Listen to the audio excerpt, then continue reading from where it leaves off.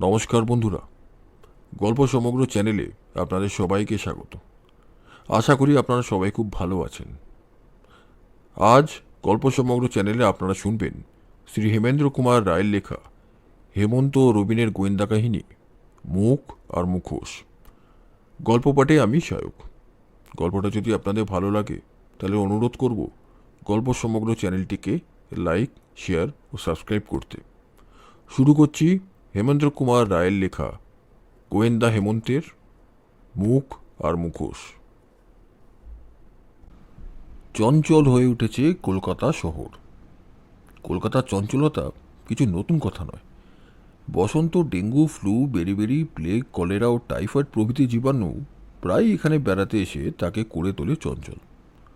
সাম্প্রদায়িক দাঙ্গা হাঙ্গামাতেও সে অচঞ্চল থাকতে পারে না। আজকাল উড়োজাহাজি বোমার ভয়েও সে চঞ্চল হয়ে ওঠে ক্ষণে ক্ষণে। কিন্তু আমি ওরকম চঞ্চলতার কথা বলছি না। মাসখানেক আগে শ্যামলপুরের বিখ্যাত জমিদার কমলকান্ত রায়চৌধুরী কলকাতায় এসেছিলেন বড়দিনের উৎসব দেখবার জন্যে। তার একমাত্র পুত্রের নাম বিমলাকান্ত, বয়স 10 বছর। একদিন সকালে সে বাড়ির সংলগ্ন বাগানে খেলা করছিল, তারপর অদৃশ্য হয়েছে হঠাৎ। লোহার ব্যবসায় বাবু পতিত পাবন নন্দী ক্রোড়পতি হয়েছেন বলে বিখ্যাত। তার টাকা অসংখ্য বটে, কিন্তু সন্তান সংখ্যা মাত্র 2টি, একটি ছেলে একটি মেয়ে। ছেলেটির বয়স মোটে 8 বছর। পাড়ারই স্কুলে সে পড়ে, কিন্তু একদিন স্কুল গিয়ে আর বাড়ি আসেনি। তার পরদিনও না, তারও পরদিনও না।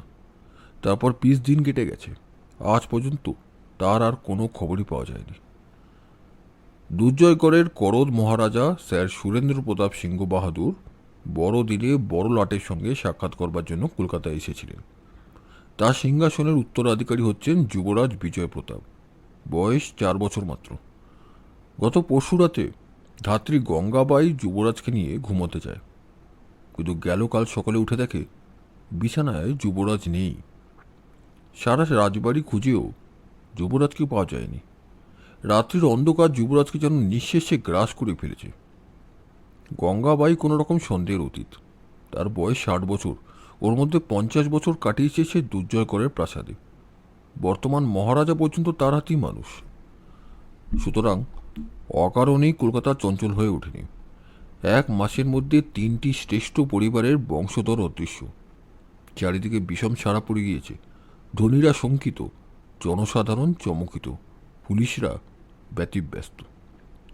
খবরের কাগজরা জো পেয়ে পুলিশের বিরুদ্ধে মহা আন্দোলন শুরু করে দিয়েছে। এমনকি গুজব শোনা যাচ্ছে যে দুর্জয়গড়ের যুবরাজের অন্তর্ধানের পর গভর্নমেন্টেরও টনক নড়েছে।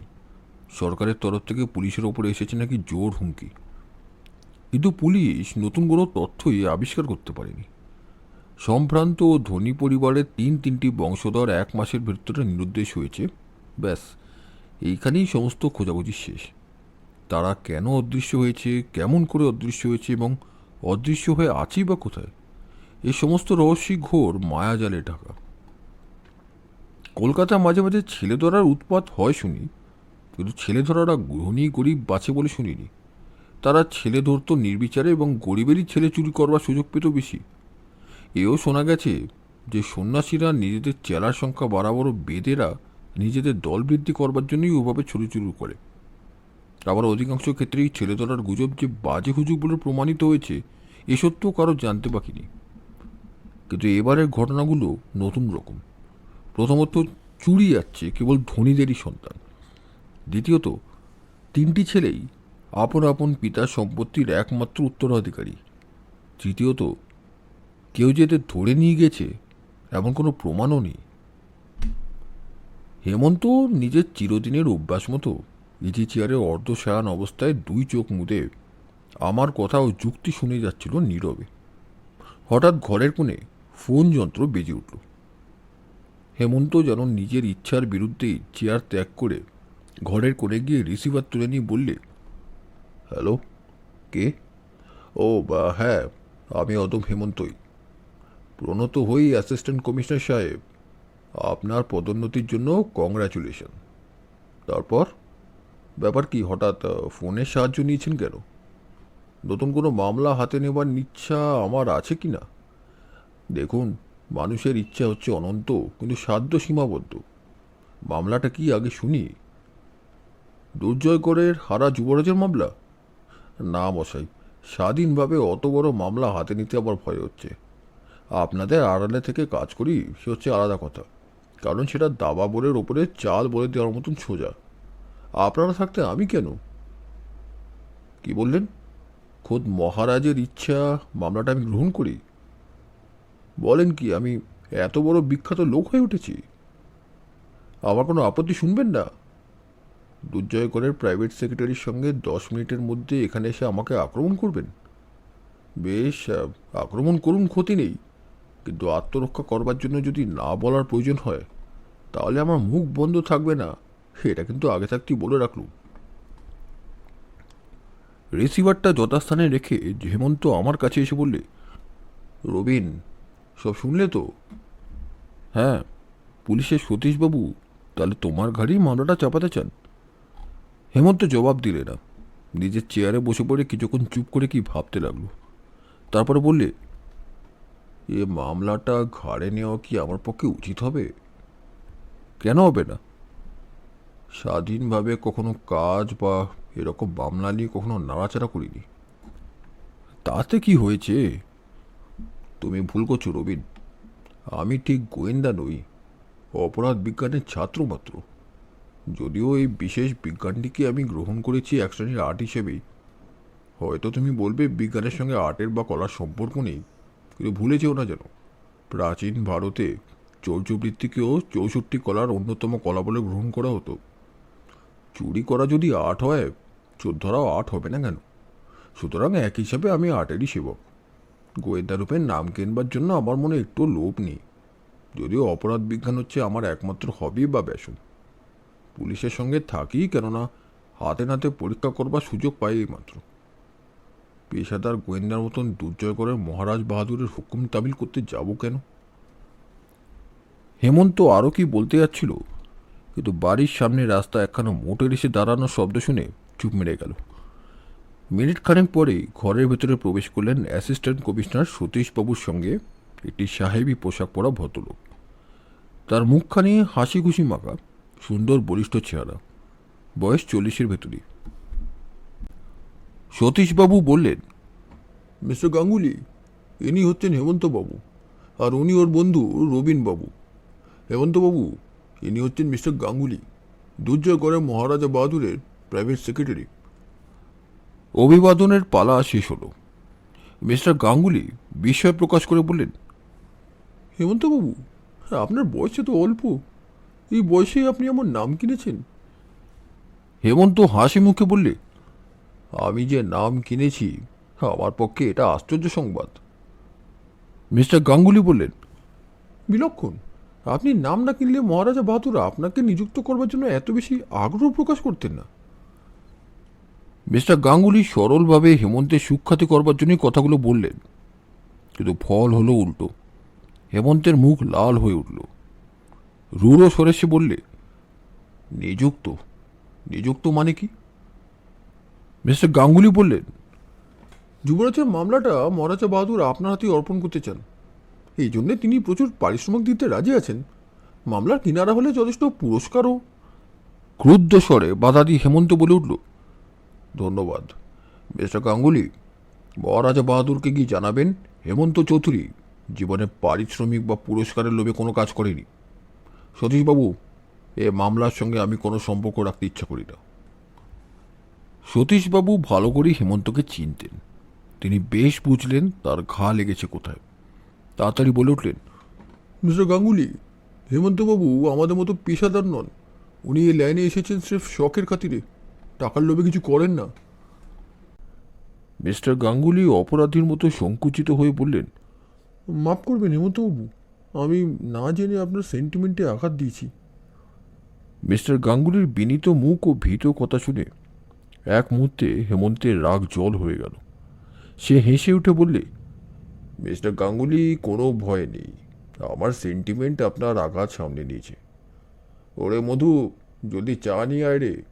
মিস্টার গাঙ্গুলিকে বুঝিয়ে দে তিনি কোনো অসভ্য গোয়ার গোবিন্দের পাল্লা এসে পড়েননি। অনতিবিলম্বেই মধু এসে টেবিলের ওপরে চায়ের সরঞ্জাম ও খাবারের থালা সাজিয়ে দিয়ে গেল।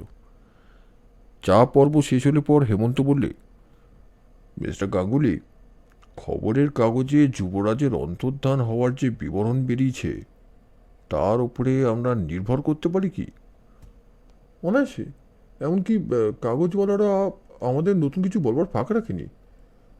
ফাঁক নিশ্চয়ই আছে, কারণ কাগজওয়ালাদের কথা মানলে বিশ্বাস করতে হয় যে যুবরাজের রক্ত মাংসের দেহ সকলের অগোচরে হঠাৎ হাওয়া হয়ে শূন্যে মিলিয়ে গেছে।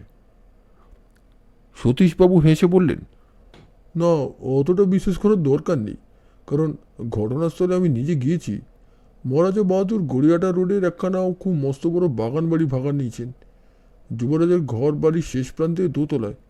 বাড়ির চারিদিকে 8 ফুট উঁচু পাঁচিল। একেই ব্ল্যাকআউটের অন্ধকার, তাই কুয়াশা পড়া শীতের রাত। তার উপরে বাগানটাও পুরো গাছপালায় ঝুপছি। বাইরের কোনো লোক অনায়াসেই পাঁচিল টুপে সকলের অগোচরে যুবরাজের ঘরের তলায় গিয়ে দাঁড়াতে পারে। মিস্টার গাঙ্গুলি বললেন, কিন্তু দোতলার যুবরাজের ঘরের ভেতরে সে ঢুকবে কেমন করে? অত্যন্ত সহজে। সহজে? আপনি কি বলে যাচ্ছেন? গঙ্গাবাই বলেছে ঘরে ঢুকে সে দরজা খিল লাগিয়ে দিয়েছিল, আর সকালে উঠে খিল খুলেছিল নিজের হাতেই। গঙ্গাবাইয়ের সাবধানতা হয়েছিল একচক্ষু হরিণের মতন। যুবরাজের ঘরের সঙ্গে সংলগ্ন বাথরুমের দরজাটা ছিল খোলা। বাগান থেকে ম্যাথর আসবার সময় বাথরুমের পেছনে যে কাঠের সিঁড়িটা ছিল, বাইরের যে কোনো লোক সেই সিঁড়ি বেয়ে উঠে প্রথমে বাথরুমে, তারপরে যুবরাজের ঘরে ঢুকতে পারে। হেমন্ত বললে, যাক, যুবরাজের অন্তর্ধানের রহস্যটা যখন পরিষ্কার হয়ে গেল, তখন এতদিন পরে আমার আর ঘটনাস্থলে যাবার দরকার নেই।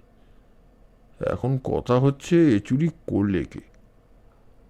সতীশবাবু বললেন, অন্য সময় হলে আমি রাজবাড়ির লোককেই সন্দেহ করতুম, কিন্তু আপাতত সেটা করতে পারছি না। হেমন্ত বললে, কেন? এই মাসে এর আগে কলকাতায় এরকম আরও দুটো ঘটনা ঘটে গেছে। ও দুটো ঘটনা যখন ঘটে, দুজয় করে মহারাজা বাহাদুর তখন কলকাতায় পদার্পণ করেননি।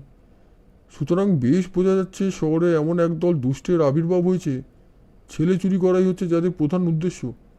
আমার মতে এই 3টে ঘটনা একই দলের কীর্তি। আমিও আপনার মধ্যেই সায় দিই, কিন্তু চোর চরিত্রে একটা রহস্য আমরা সকলেই জানি। প্রত্যেক শ্রেণীর চোর নিজের বিভাগ ছাড়া অন্য বিভাগে হাত দিতে চায় না। যারা সাইকেল চুরি করে বারবার ধরা পড়েও তারা চিরদিনই সাইকেল চুরি থেকে যায়। আর একদলের বাধা অভ্যেস রাতে গৃহস্থের ঘরে ঢুকে যা কিছু পাওয়া যায় চুরি করে পালানো। এমনই নানা বিভাগে নানা বিশেষজ্ঞ চোর আছে। কদাচ তারা আপন আপন অভ্যেস ত্যাগ করে, কিন্তু এরকম ছেলে চোরের দল এদেশে নতুন নয় কি? মিস্টার গাঙ্গুলি বললেন, শুনেছি আমেরিকায় এরকম ছেলে চোরের উৎপাত অত্যন্ত বেশি। সতীশবাবু বললেন, হ্যাঁ, কাগজে আমিও পড়েছি বটে। হেমন্ত বললে, সতীশবাবু, আপনি কল্পনা করতে পারবেন না যে আমেরিকার ধনকুবেররা এইসব ছেলে চোরের ভয় কতটা তটস্থ হয়ে থাকে। তাদের ছেলেদের সঙ্গে সঙ্গে ফেরে মাইনে করা প্রাইভেট ডিটেকটিভরা। তবু প্রায় নিত্যই শোনা যায় এক এক ধনকুবেরের ছেলে চুরিয়ে যাচ্ছে, আর চোরেদের কাছ থেকে চিঠি আসছে, হয় এত টাকা দাও, নয় তোমার ছেলেকে মেরে ফেলব। সতীশবাবু বললেন, কিন্তু আমাদের এই চোরের দল উদ্দেশ্য কিছু বোঝা যাচ্ছে না। 3টি ধনীর বংশধর চুরি গেল, কিন্তু কোনো ক্ষেত্রেই নিষ্ক্রয়ের টাকা আদায় করবার চিঠি আসেনি। হেমন্ত বললে, এখনো আসেনি বটে, কিন্তু শীঘ্রই আসবে বোধহয়। একথা কেন বলছেন? আমার যা বিশ্বাস, শুনুন বলি। এই ছেলে চুরিগুলো যে একজনের কাজ না সেটা বেশ বোঝা যাচ্ছে, কারণ লক্ষ্য করলেই আন্দাজ করা যায় প্রত্যেক ক্ষেত্রেই গৃহস্থদের অভ্যেস প্রভৃতির দিকে ভালো করে নজর রেখেই কাজ করা হয়েছে। এজন্যে দীর্ঘকাল আর একাধিক লোকের দরকার। কিন্তু মূলে আছে যে একজনেরই মস্তিষ্ক, তাতেও আর সন্দেহ নেই। সে নিশ্চয়ই এদেশে নতুন কিংবা অপরাধের ক্ষেত্রে নেমেছেই প্রথম, কারণ এই শ্রেণীর অপরাধ কলকাতায় আগে ছিল না। সেই লোকটি একদল লোক সংগ্রহ করে বেছে বেছে ছেলে চুরি করে আরম্ভ করেছে। তার বাছাইয়ের মধ্যেও তীক্ষ্ণ দৃষ্টির পরিচয় আছে। গরিবের ছেলে নয়, সাধারণ ধনীর ছেলেও নয়। যারা অদৃশ্য হয়েছে তারা প্রত্যেকেই পিতার একমাত্র পুত্র। এই নির্বাচন ব্যাপারেও একমাত্র মস্তিষ্কের সন্তান পাওয়া যায়। হ্যাঁ সতীশবাবু, একটা কথা মানতেই হবে, এ চোর দুর্জয় করে রাজবাড়ির সম্পর্কেও লোক নাও হতে পারে। কারণ মহারাজা সদরবলে কলকাতায় আসবার অনেক আগেই ঠিক এইরকম ট্রেডমার্ক মার্কা আরও দুটো চোরে চুরি হয়ে যাচ্ছে। সতীশবাবু বলছেন চোরের উদ্দেশ্য বোঝা যাচ্ছে না, কিন্তু আমার মতে চেষ্টা করলেই সেটা বোঝা যায়। এই ছেলে চোরদের দলপতি বড়ই চতুর ব্যক্তি। অপরাধ ক্ষেত্রে সে নতুন পথ অবলম্বন করেছে বলেই সন্দেহ হচ্ছে। হয়তো সে রীতিমতো শিক্ষিত ব্যক্তি। এখনও সে যে নিজের উদ্দেশ্য জাহির করেনি, তার একমাত্র কারণ হচ্ছে পুলিশকে সে গোলকধাঁধায় ফেলে রাখতে চায়। চোর যে নিষ্ক্রয়ের টাকা আদায়ের লোভেই চুরি করেছে, এ সত্য গোড়াতেই প্রকাশ করতে সে রাজি নয়। কারণ এই সূক্ষ্ম বুদ্ধি শিক্ষিত চোর জানে, প্রথমে পুলিশ আর জনসাধারণ ছেলে চুরির উদ্দেশ্যে ধরে ফেললে কেবল তার সাধ্যসিদ্ধির পথই সংকীর্ণ হয়ে আসবে না, তার ধরা পড়ার সম্ভাবনাও থাকবে যথেষ্ট। তাই সে পুলিশ আর জনসাধারণের অন্ধতা দূর করতে চায়নি। কিন্তু আপনারা নিশ্চয়ই জানবেন, আজ হোক কাল হোক চোরের উদ্দেশ্য আর বেশি দিন গোপন হয়ে থাকবে না। সতীশবাবু আজ এই পর্যন্ত, আমাকে আরও কিছু ভাববার সময় দিন। কাল সকালে একবার বেড়াতে বেড়াতে এদিকে আসতে পারবেন? আপনার সঙ্গে আমার গোপন পরামর্শ আছে। পরের দিন সকালবেলা চা পানের পর হেমন্ত অন্যান্য দিনের মতো আমার সঙ্গে গল্প করলে না। হিচি চেয়ারে হাত পা ছুড়িয়ে লম্বা হয়ে শুয়ে দুই চোখ মুজে ফেললে। বুঝলুম নতুন মামলাটা নিয়ে সে এখন মনে মনে জল্পনা কল্পনায় নিযুক্ত। টেবিলের ওপর থেকে বিশ্বদর্পণ পত্রিকাখানা তুলে নিলাম। সমস্ত কাগজখানার ওপরে চোখ বুলিয়ে গেলাম, কিন্তু পড়বার মতন খবরের একান্ত অভাব। এমনকি পৃথিবীর সবচেয়ে বড় যুদ্ধ বেঁধেছে ইউরোপে, তারও খবরগুলো কি একঘেয়ে। প্রতিদিনই যুদ্ধের খবর পড়ি আর মনে হয় যেন কতকগুলো বাধাগুলিকেই বারংবার উল্টে পাল্টে ব্যবহার করে টাটকা খবর বলে চালাবার চেষ্টা হচ্ছে।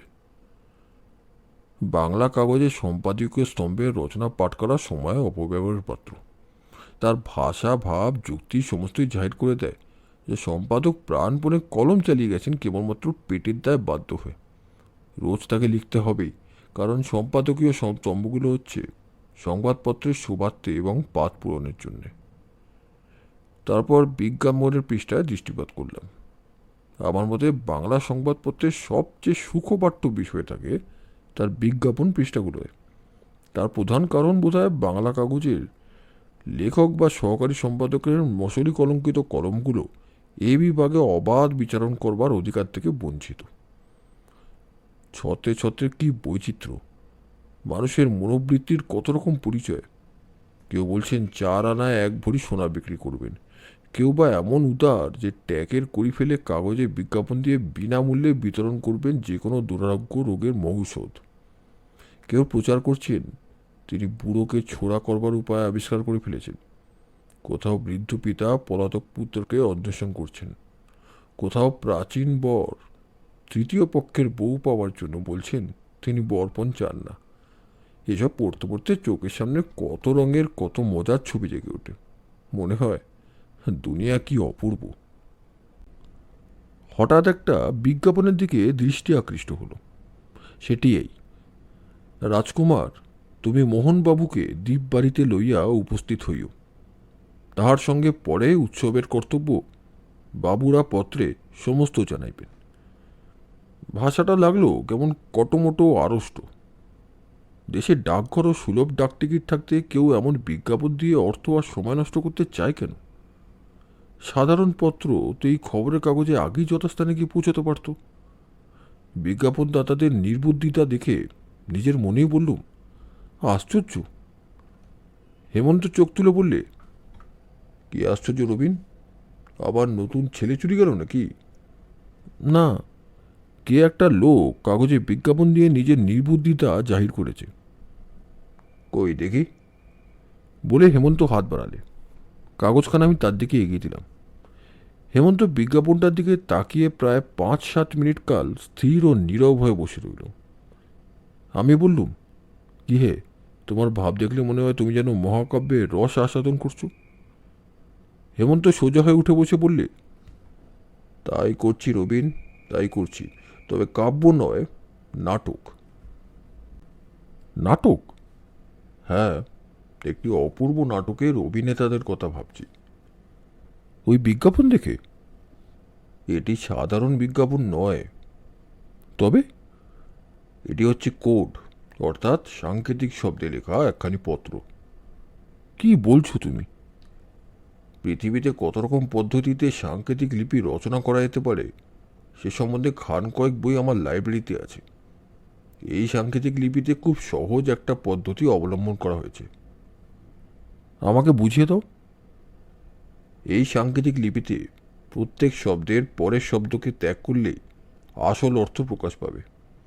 এই বিরাম চিহ্নগুলো, অর্থাৎ কমা, দাড়ি প্রভৃতি ধর্তব্য নয়, ওগুলো ব্যবহার করা হয়েছে কেবল বাইরের চোখকে ঠকাবার জন্য।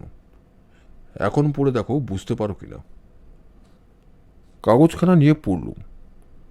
রাজকুমার মোহনদ্বীপ বাড়িতে উপস্থিত, তাহার পরে কর্তব্য পত্রে জানাইবেন।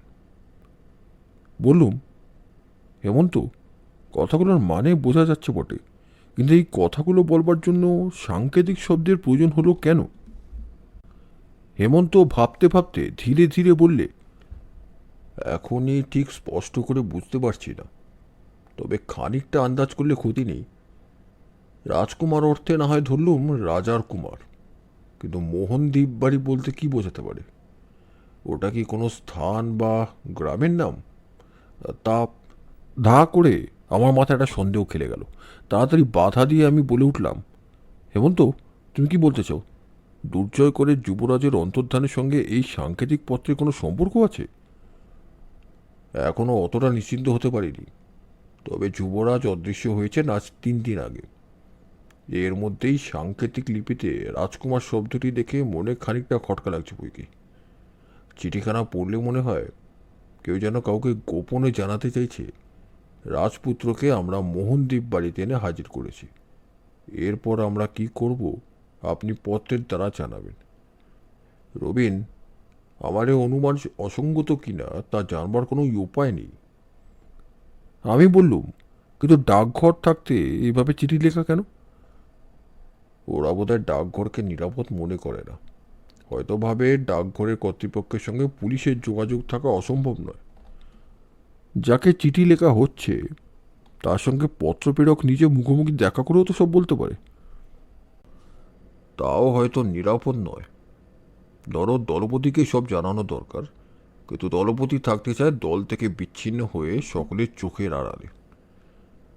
যে শ্রেণীর সন্দেহজনক লোক তার পরামর্শে যুবরাজকে চুরি করেছে, ও শ্রেণীর সঙ্গে প্রকাশ্যে সম্পর্ক রেখে সে পুলিশের দৃষ্টি নিজের দিকে আকৃষ্ট করতে চায় না। রবিন, আমাদের অনুমান যদি ভুল না হয়, তাহলে বলতে হবে যে বাংলাদেশের এই আধুনিক ছেলেধরা বিলাতি ক্রিমিনালদের অনুসরণ করতে চায়। বিলাতি অপরাধীরাও এইভাবে সাংকেতিক লিপি লিখে খবরের কাগজের সাহায্যে পরস্পরের মধ্যে কথা চালাচালি করে। কিন্তু কিন্তু মোহনদ্বীপ বাড়ি কোথায়? ও নাম তো এর আগে আমিও কখনো শুনিনি। দ্বীপ, দ্বীপ, এই শব্দটার সঙ্গে যেন জলের সম্পর্ক আছে। দ্বীপ বাড়ি মানে কি? দ্বীপের মধ্যে কোনো বাড়ি? তাহলে কথাটা কি এই দাঁড়াবে, অগ্রদ্বীপ বা কাকদ্বীপের মতন মোহন নামের দীপিকার মধ্যকার কোনো বাড়িতে আছেন এক রাজকুমার? কি বলো হে? হয়তো তাই। দেখ, তোমার সঙ্গে পরামর্শ করাও বিড়ম্বনা। তুমি নিজে কিছু মাথা ঘামাবে না, খালি করবে আমার প্রতিধ্বনি। তার বেশি সামর্থ্য আমার তো নেই ভাই। হেমন্ত চিন্তিত মুখে কিছুক্ষণ মৌন হয়ে রইল।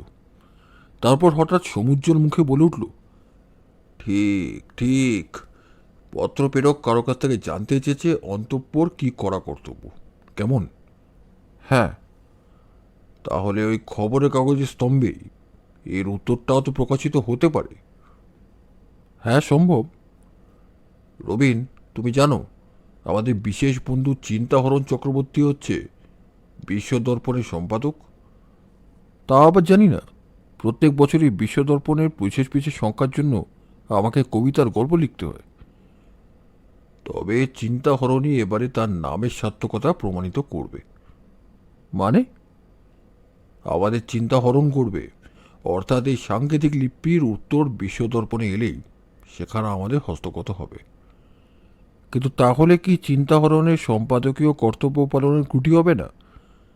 আরে রেখে দাও তোমার ওসব ছেদ কথা। এমন বিপজ্জনক অপরাধী গ্রেপ্তারে সাহায্য করলে তার পুণ্য হবে, হে পুণ্য হবে। চললুম আমি চিন্তাহরণের কাছে। হেমন্ত যখন বিশ্বদর্পণ কার্যালয় থেকে ফিরে এলো, তখন বিপুল পুলকে নৃত্য করছে তার দুই হাসি মাখা চক্ষু। বললুম, কি হে, ভারী খুশি যে? হেমন্ত ধপাস করে তার ইজি চেয়ারের উপরে বসে পড়ে বললে, চেয়েছিলুম মেঘ, পেয়ে গেলুম জল। অর্থাৎ? শোনো, ভেবেছিলাম চিন্তাহরণকে আজ খালি ব্যাপারটা বুঝিয়ে দিয়ে বলে আসবো যে এ ধরনের কোনো সাংকেতিক পত্র এলেই সে যেন তার কথাগুলো লিখে নিয়ে মূল চিঠিখানা আমাকে দেয়, কারণ এত তাড়াতাড়ি উত্তর আসবার কল্পনা আমি করিনি। কিন্তু আমি যাবার মিনিট পাঁচেক আগেই একজন দারোয়ান এসে সাংকেতিক লিপির উত্তর আর বিজ্ঞাপনের টাকা দিয়ে গেছে। যদি আর একটু আগে যেতে পারতাম তাহলে কি হতো? আমিও যেতে পারতুম দারোয়ানের পেছনে পেছনে। তার ঠিকানা পেলে তো আর ভাবনাই ছিল না, তবে যেটুকু পেয়েছি তাই যথেষ্ট। উত্তরটা দেখবার জন্য আমি সাগ্রহে হাত বাড়িয়ে দিলাম। হেমন্ত আমার হাতে দিলে একখানা খুব পুরু, খুব বড় আর খুব দামি খাম। তার ভেতরে ছিল এই চিঠি: রাজকুমার, নবদ্বীপেই জবানবন্দি দেওয়া হোক। জানিও, তোমার এই কলিকাতায় ছাপাখানার কাজ বন্ধ নাই। বললে, কিন্তু নবদ্বীপেই সব গুলিয়ে যাচ্ছে যে। কিচ্ছু গুলাবে না। নবদ্বীপ আর জবানবন্দির মাঝে হাইফেন আছে দেখছো না? তার মানে নব আর জবান আলাদা আলাদা শব্দ ধরা হয়েছে। এইবার একটা অন্তর বাজে শব্দ ফেলে দিয়ে পড়ো দেখি। এবারে পড়লাম, রাজকুমার দ্বীপেই বন্দিত হও, তোমার কলিকাতায় কাজ নাই। রবিন, দুটো বিজ্ঞাপনেরই পাঠ উদ্ধার করলে তো। এখন তোমার মত কি? আমি উচ্ছ্বসিত স্বরে বলে উঠলাম, বন্ধু, তোমাকে বন্ধু বলে ডাকতে পারাও সৌভাগ্য। কি তোমার সূক্ষ্ম দৃষ্টি! এই বিজ্ঞাপনের প্রথমটা হাজার হাজার লোকের চোখে পড়েছে। তাদের মধ্যে কত পুলিশের লোকও আছে যারা চোর ধরবার জন্য মনে মনে খুঁজে বেড়াচ্ছে সাত পৃথিবী, কিন্তু পাঠোদ্ধার করতে পেরেছ একমাত্র তুমি। আমাকে একদম সপ্তম স্বর্গে তুলে দিও না রবিন। পৃথিবীর জ্যান্ত মানুষকে স্বর্গে পাঠানো শুভাকাঙ্ক্ষীর কাজ নয়। আগেই বলেছি, কোডটা হচ্ছে অন্তত সহজ। যে কোনো লোক লক্ষ্য করলে আসল অর্থটা আবিষ্কার করতে পারে, কিন্তু তা না পারবার একমাত্র কারণ হচ্ছে অধিকাংশ লোকই বিজ্ঞাপনটা হয়তো পড়বেই না। যারা পড়বে তারাও এর গূঢ় অর্থ বোঝবার চেষ্টা করবে না। এখন কাজের কথা হোক। তাহলে বোঝা যাচ্ছে আমার অনুমানই সত্য। বিজ্ঞাপনের রাজকুমারী হচ্ছে দুর্জয়গড়ের যুবরাজ। তাতে আর সন্দেহ নেই। আর যুবরাজকে কোন দ্বীপে বন্দি করে রাখা হয়েছে? সম্ভবত তার নাম মোহনদ্বীপ। তারপর তারপর আরও কিছু জানতে চাও তো এই চিঠির কাগজ আর খামখানা পরীক্ষা করো। খাম আর কাগজখানা বারবার উল্টে পাল্টে দেখে আমি বললুম, বৃথা চেষ্টা করে হাস্যবোধ হওয়ার ইচ্ছে আমার নেই। যা বলবার তুমি বলো।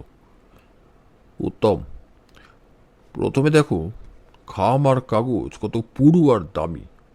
গৃহস্থ তো দূরের কথা, বাংলাদেশে বড় বড় ধনী পর্যন্ত ওরকম দামি খাম কাগজ ব্যবহার করে না। যে ওই চিঠি লিখেছে সে ধনী কিনা জানি না, কিন্তু সে যে অসাধারণ শৌখিন মানুষ তাতে আর সন্দেহ নেই। এটাও বোঝা যাচ্ছে সাধারণ অপরাধীর মতন সে নিম্ন স্তরের লোকও নয়। কেমন? হ্যাঁ, মানলুম। চোখ আর আলোর মাঝখানে রেখে কাগজখানা পরীক্ষা করো। ভেতরে সাদা অক্ষর ফুটে উঠল। বললুম, লেখা রয়েছে মেড ইন ক্যালিফোর্নিয়া। আমি যতদূর জানি ক্যালিফোর্নিয়ায় তৈরি ওরকম খাম আর চিঠির কাগজ কলকাতায় পাওয়া যায় না। এ বিষয়ে ভালো করে খোঁজ নিয়ে সন্দেহ দূর করব। আপাতত ধরে নেওয়া যাক এই খাম আর কাগজ কলকাতার নয়। তাতে কি বোঝায়? তাতে এই বোঝায় যে ছেলে চোরদের দলপতি আমেরিকা প্রত্যাগত। তুমি কোন প্রমাণে এই পত্রলেখককে দলপতি ধরে নিচ্ছ? এই লোকটা দলপতি না হলে প্রথম পত্রের লেখকের কাছে তার কর্তব্য কি জানতে চাইতো না? ঠিক। এখন কি দাঁড়ালো দেখা যাক। আমেরিকা থেকে কলকাতায় এমন একজন লোক ফিরে এসেছে যে ধনী আর খুব শৌখিন। আমেরিকায় কিডন্যাপিং বা ধনীর ছেলে চুরি করা হচ্ছে এটা অত্যন্ত চলতি অপরাধ। বছরে বছরে সেখানে এমনই কত ছেলে যে চুরি যায় তার সংখ্যা নেই। সেই দুষ্টু বুদ্ধি মাথায় নিয়ে আমেরিকা ফেরত এই লোকটি কলকাতায় এসে এক নতুন রকমের অপরাধ সৃষ্টি করেছে। সে সাহেব বা ভারতের অন্য জাতের লোক নয়, কারণ বাংলায় চিঠি লিখতে পারে। নিশ্চয়ই সে ভদ্রলোক আর শিক্ষিত। সে নিজের একটি দল গঠন করেছে। খুব সম্ভব এই দলের অধিকাংশ লোকই পাকা বা দাগি অপরাধী বা নিম্ন শ্রেণীর সন্দেহজনক লোক, কারণ দলপতি প্রকাশ্যে তাদের সঙ্গে সম্পর্ক রাখতে ইচ্ছুক নয়। পুলিশের নজরে পড়বার ভয়। আমি চমকৃত কণ্ঠে বললুম, একটি 3-4 লাইনের বিজ্ঞাপন তোমাকে এত কথা জানিয়ে দিলে? হেমন্ত মাথা নেড়ে বললে, কিন্তু এ সমস্তই মেঘের প্রাসাদ ভাই, মেঘের প্রাসাদ। বাস্তবের এক ঝড়ে এরা যে কোনো মুহূর্তে হুড়মুড় করে ভেঙে পড়তে পারে।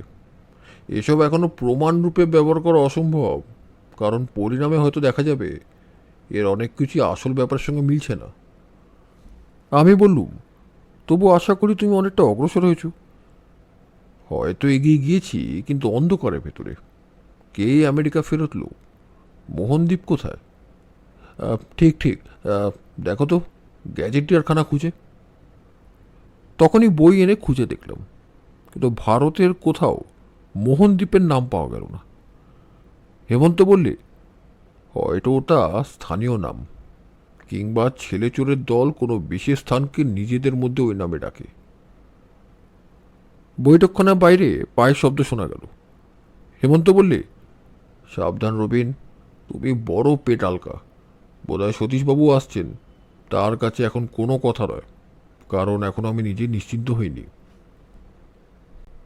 হ্যাঁ, সতীশবাবুই বটে।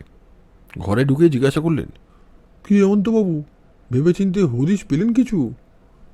হেমন্ত হাসতে হাসতে বললে, হদিশ? পেয়েছি বই কি। কি হদিশ পেয়েছি? কল্পনার, যেটা কবিবর রবিনেরই এক ছিটে। বুঝলুম না। রবিনের মতো আমি কবিতা লিখছি না বটে, তবে কল্পনা ঠাকুরানীর আঁচল ধরে বাঁচা বাঁচা স্বপনের ছবি দেখছি। তাতে আমার সময় কাটছে, কিন্তু পুলিশের কোনো কাজে তারা লাগবে না। আসন গ্রহণ করে সতীশবাবু বললেন, কিন্তু আমরা বহু কষ্টে দু একটি তথ্য আবিষ্কার করেছি, দেখুন আপনার কাজে লাগে কিনা। ধন্যবাদ। আমি উৎকণ্ঠ হয়ে রইলাম।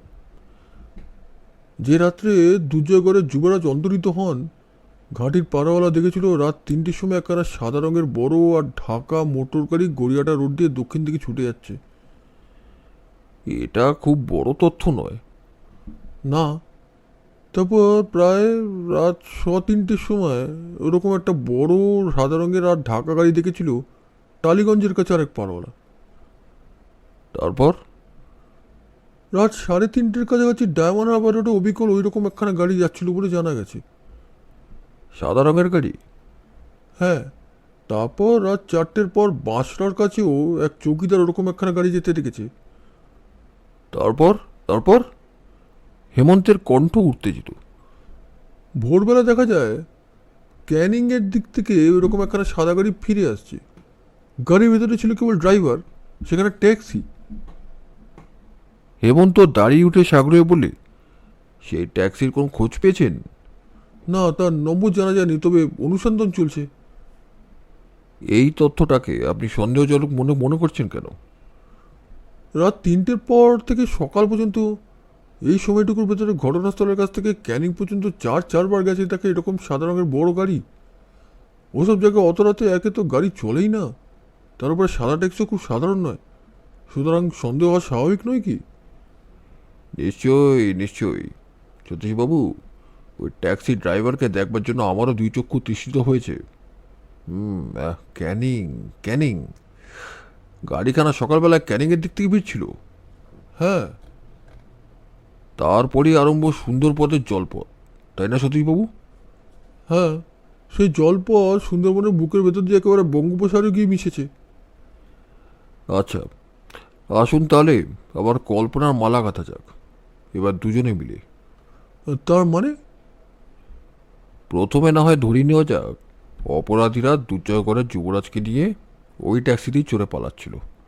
ধরুন তারা ক্যানিংয়ে নেমে গেছে। আপনি কি মনে করেন তারা এখনই সেখানেই আছে? না, ক্যানিং কলকাতা নয়, তার সমস্তটা তন্ন তন্ন করে খোঁজা হয়েছে, কিন্তু কোথাও অপরাধীদের পাত্তা পাওয়া যায়নি। ধরুন স্থলপথ ছেড়ে অপরাধীরা অবলম্বন করেছে জলপথ, কিন্তু জলপথে তারা কোথায় যেতে পারে? সতীশবাবু সচকিত স্বরে বললেন, তাই তো হেমন্তবাবু, আপনার এই ইঙ্গিতটা যে অত্যন্ত মূল্যবান, এটা তো আমরা ভেবে দেখিনি। তারা কোথায় যেতে পারে? সমুদ্রে? সমুদ্রে কি তাদের লাভ? নৌকো চড়ে অকুলে ভাসবার জন্য তারা যুবরাজকে চুরি করেনি। তবে হয়তো তারা কোনো দ্বীপ টিপে গিয়ে উঠেছে, কিংবা জলপথে খানিকটা এগিয়ে পাশের কোনো গায়েটায় নেমে পড়েছে। আমার দৃঢ় বিশ্বাস তারা উঠেছে কোনো দ্বীপের উপরে। আপনার দৃঢ় বিশ্বাসের কারণটা কি? আমি প্রমাণ পেয়েছি, অকাট্য প্রমাণ। বলেন কি মশাই, এতক্ষণ তো আমায় কিছু বলেননি। বলিনি তার কারণ এতক্ষণ আমার প্রমাণটাকে অকাট্য বলে মনে করতে পারিনি। হেমন্ত তখন একে একে বিশ্ব দর্পণে সেই বিজ্ঞাপন কাহিনীর সমস্তটা বর্ণনা করলে। অপরাধীদের দলপতি সম্বন্ধে তার ধারণাও গোপন রাখলে না। প্রশংসায় উচ্ছ্বসিত হয়ে সতীশবাবু বলে উঠলেন, বাহাদুর হেমন্তবাবু, বাহাদুর। দলে দলে পুলিশ দেশে দেশে ছোটো ছোটো করে মরছে, আর আপনি এই ছোট্ট বৈঠকখানার চার দেওয়ালের মাঝখানে ইজি চেয়ারে বসে এর মধ্যে এতক্ষণে অগ্রসর হতে পেরেছেন। না মশাই, আমাকে একবার ইজি চেয়ার ছেড়ে উঠে বিশ্ব দর্পণে অফিসে ছুটতে হয়েছিল। ওকে আবার ছোট বলে নাকি? ও তো হাওয়া খেতে যাওয়া। আমি বললুম, কিন্তু মোহনদীপ কোথায়? সতীশবাবু বললেন, অদীপের নাম আমি ওই প্রথম শুনলুম। হেমন্ত বললে, সুন্দরবনের কাছে সুন্দরবনের নদীর মোহনায় আমি ছোট বড় অনেক দ্বীপ দেখেছি। ছেলে চোরেদের দল হয়তো ওদেরই মধ্যে একটা কোনো অনামা দ্বীপে গিয়ে আশ্রয় নিয়েছে, আর নিজেদের মধ্যে তাকে ডাকতে শুরু করেছে এই নতুন নামে। খুব সম্ভব তাই, কিন্তু ওখানকার সমস্ত দ্বীপের ভেতর থেকে এই বিশেষ দ্বীপটিকে খুঁজে বার করা তো বেশ চারটিখানি কথা নয়। না, তার উপরে ওভাবে খোঁজাখুঁজি করলে বিপদের সম্ভাবনা আছে। কি বিপদ? অপরাধীরা একবার যদি সন্দেহ করে যে পুলিশের সন্দেহ গিয়েছে ওইদিকেই, তাহলে যুবরাজকে হত্যা করে তাদের নিজের বিরুদ্ধে সমস্ত বড় প্রমাণ লুপ্ত করে দ্বীপ থেকে তারা সরে পড়তে পারে। হ্যাঁ, তবেই তো।